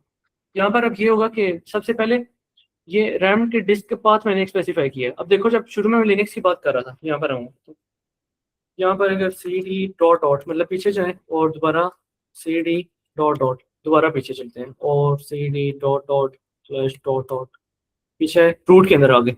अब यहाँ पर अगर मैं ls करूँ तो यहाँ पर डेफ शो हो रहा है, CD डेफ डेफ के अंदर आया, ls किया तो यहाँ पर आप देखोगे कि मुझे यहाँ पर रैम के मॉड्यूल्स नजर आ रहे हैं, रैम 0 रैम 1, मतलब रैम का फिजिकल पाथ मेरे पास गिवन है डेफ फोल्डर के अंदर। अगर आप लिनक्स के ऊपर फुल कंट्रोल मतलब फुल कमांड है आपकी, तो आप हर मॉड्यूल को या हर अपने प्रोग्राम को अच्छे तरीके से ऑप्टिमाइज कर सकते हो। अब देखो मुझे पता था कि रैम का पाथ कौन सा है तो मैं इसको ऑप्टिमाइज कर सकता हूँ। इसके लिए मैंने क्या किया, वापस चलते हैं यहाँ पर। यहाँ पर मैंने क्या किया, मैंने रैम डिस्क पाथ यहाँ पर इसको प्रोवाइड कर दिया। मतलब डेव फोल्डर है, रूट के अंदर एक डेव फोल्डर है, डेव फोल्डर के अंदर एक और फोल्डर है SHM नाम से। मतलब जितने भी रैम की डिफरेंट वो हुई हुई थी ना, डिस्ट्रीब्यूशन हुई हुई थी, मतलब छोटे छोटे मॉड्यूल्स में टूटी हुई थी रैम, तो उसको मैंने क्या किया, एक पूरी रैम का एड्रेस दे दिया। ये नहीं किया कि हर मॉड्यूल का अलग अलग एड्रेस नहीं दिया, एक ही पूरी रैम का एज अ फोल्डर पास कर दिया SHM। अगर मैं वापस यहाँ पर जाऊँ तो यहाँ पर ये SHM आपको शो हो रहा होगा, ये एज अ होल रैम को रेफरेंस देता है। मतलब पूरी रैम को अगर मैंने एक साथ एक्सेस करना है तो SHM पे जाऊँगा मैं। अब यहाँ पर मैं क्या किया, मैंने पूरी की पूरी रैम के अंदर मैंने क्या किया, एक stream.jpg नाम की इमेज सेव कर दी, ताकि मेरी प्रोसेसिंग बहुत तेज़ हो रैम के अंदर सेव करके, ठीक है। उसके बाद मैंने क्या किया, मैंने ट्राई किया कि ये वाली कमांड रन हो, कौन सी, सब प्रोसेस रन rpycam स्टिल, ये वाली इमेज क्लिक हो, और इसके अंदर अगर कोई सब प्रोसेस और रन हो रहा था, मतलब लिनक्स जब भी कोई कमांड रन करता है ना, अगर वो कमांड चल जाए और उसका कोई आउटपुट आए तो उसे हम कहते हैं स्टैंडर्ड आउटपुट। और अगर वो वाली कमांड हमें दे दे कोई एरर, उसे हम कहते हैं स्टैंडर्ड एरर। देखो यहाँ पर मैं बता रहा हूँ कि अगर कोई स्टैंडर्ड आउटपुट आए तो वो चली जाए dev डॉट नल के अंदर। यहाँ पर आप देखोगे dev डॉट नल कहीं ना कहीं मिलेगा। dev डॉट नल मुश्किल है वैसे देखना, मगर कहीं ना कहीं होगा dev डॉट नल।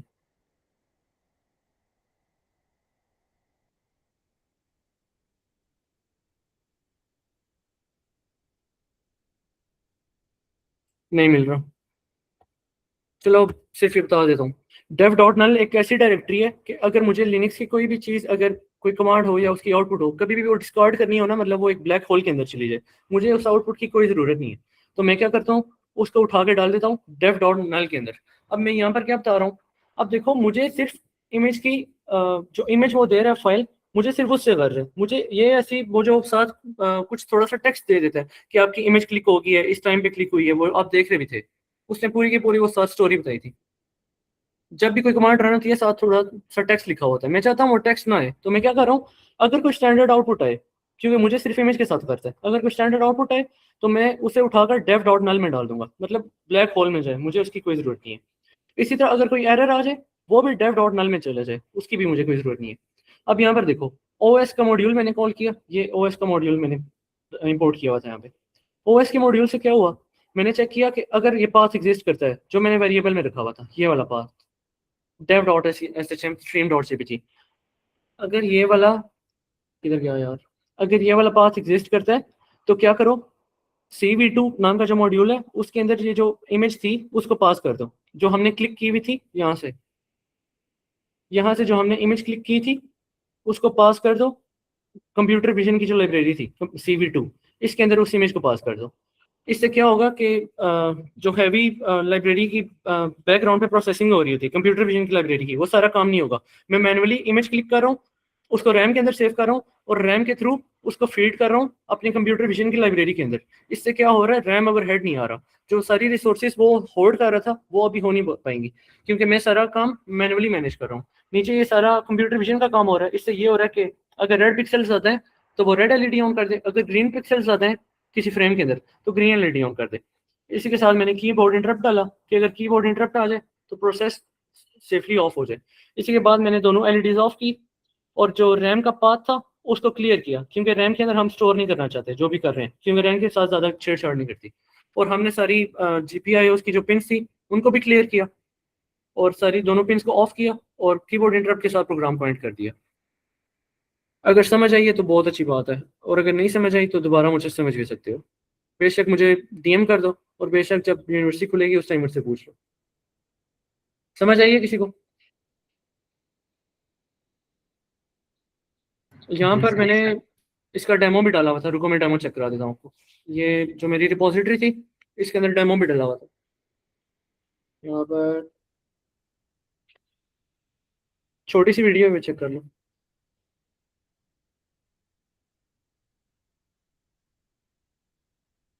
इस में ये हो रहा है कि जब भी ये किसी फ्रेम के अंदर रेड कलर डिटेक्ट करता है तो रेड LED को ऑन कर देता है, और जब भी किसी ग्रीन ऑब्जेक्ट को डिटेक्ट करेगा तो ये ग्रीन LED ऑन कर देगा।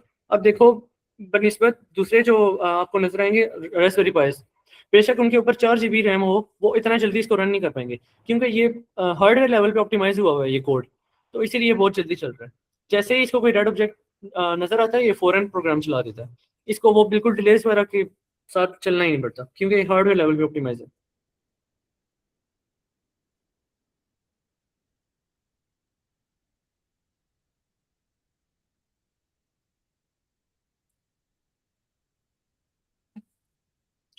ओके यार, होप सो सबको समझ आई होगी, और अगर अभी भी किसी को समझ नहीं आई तो सेशन ऐड करते हैं।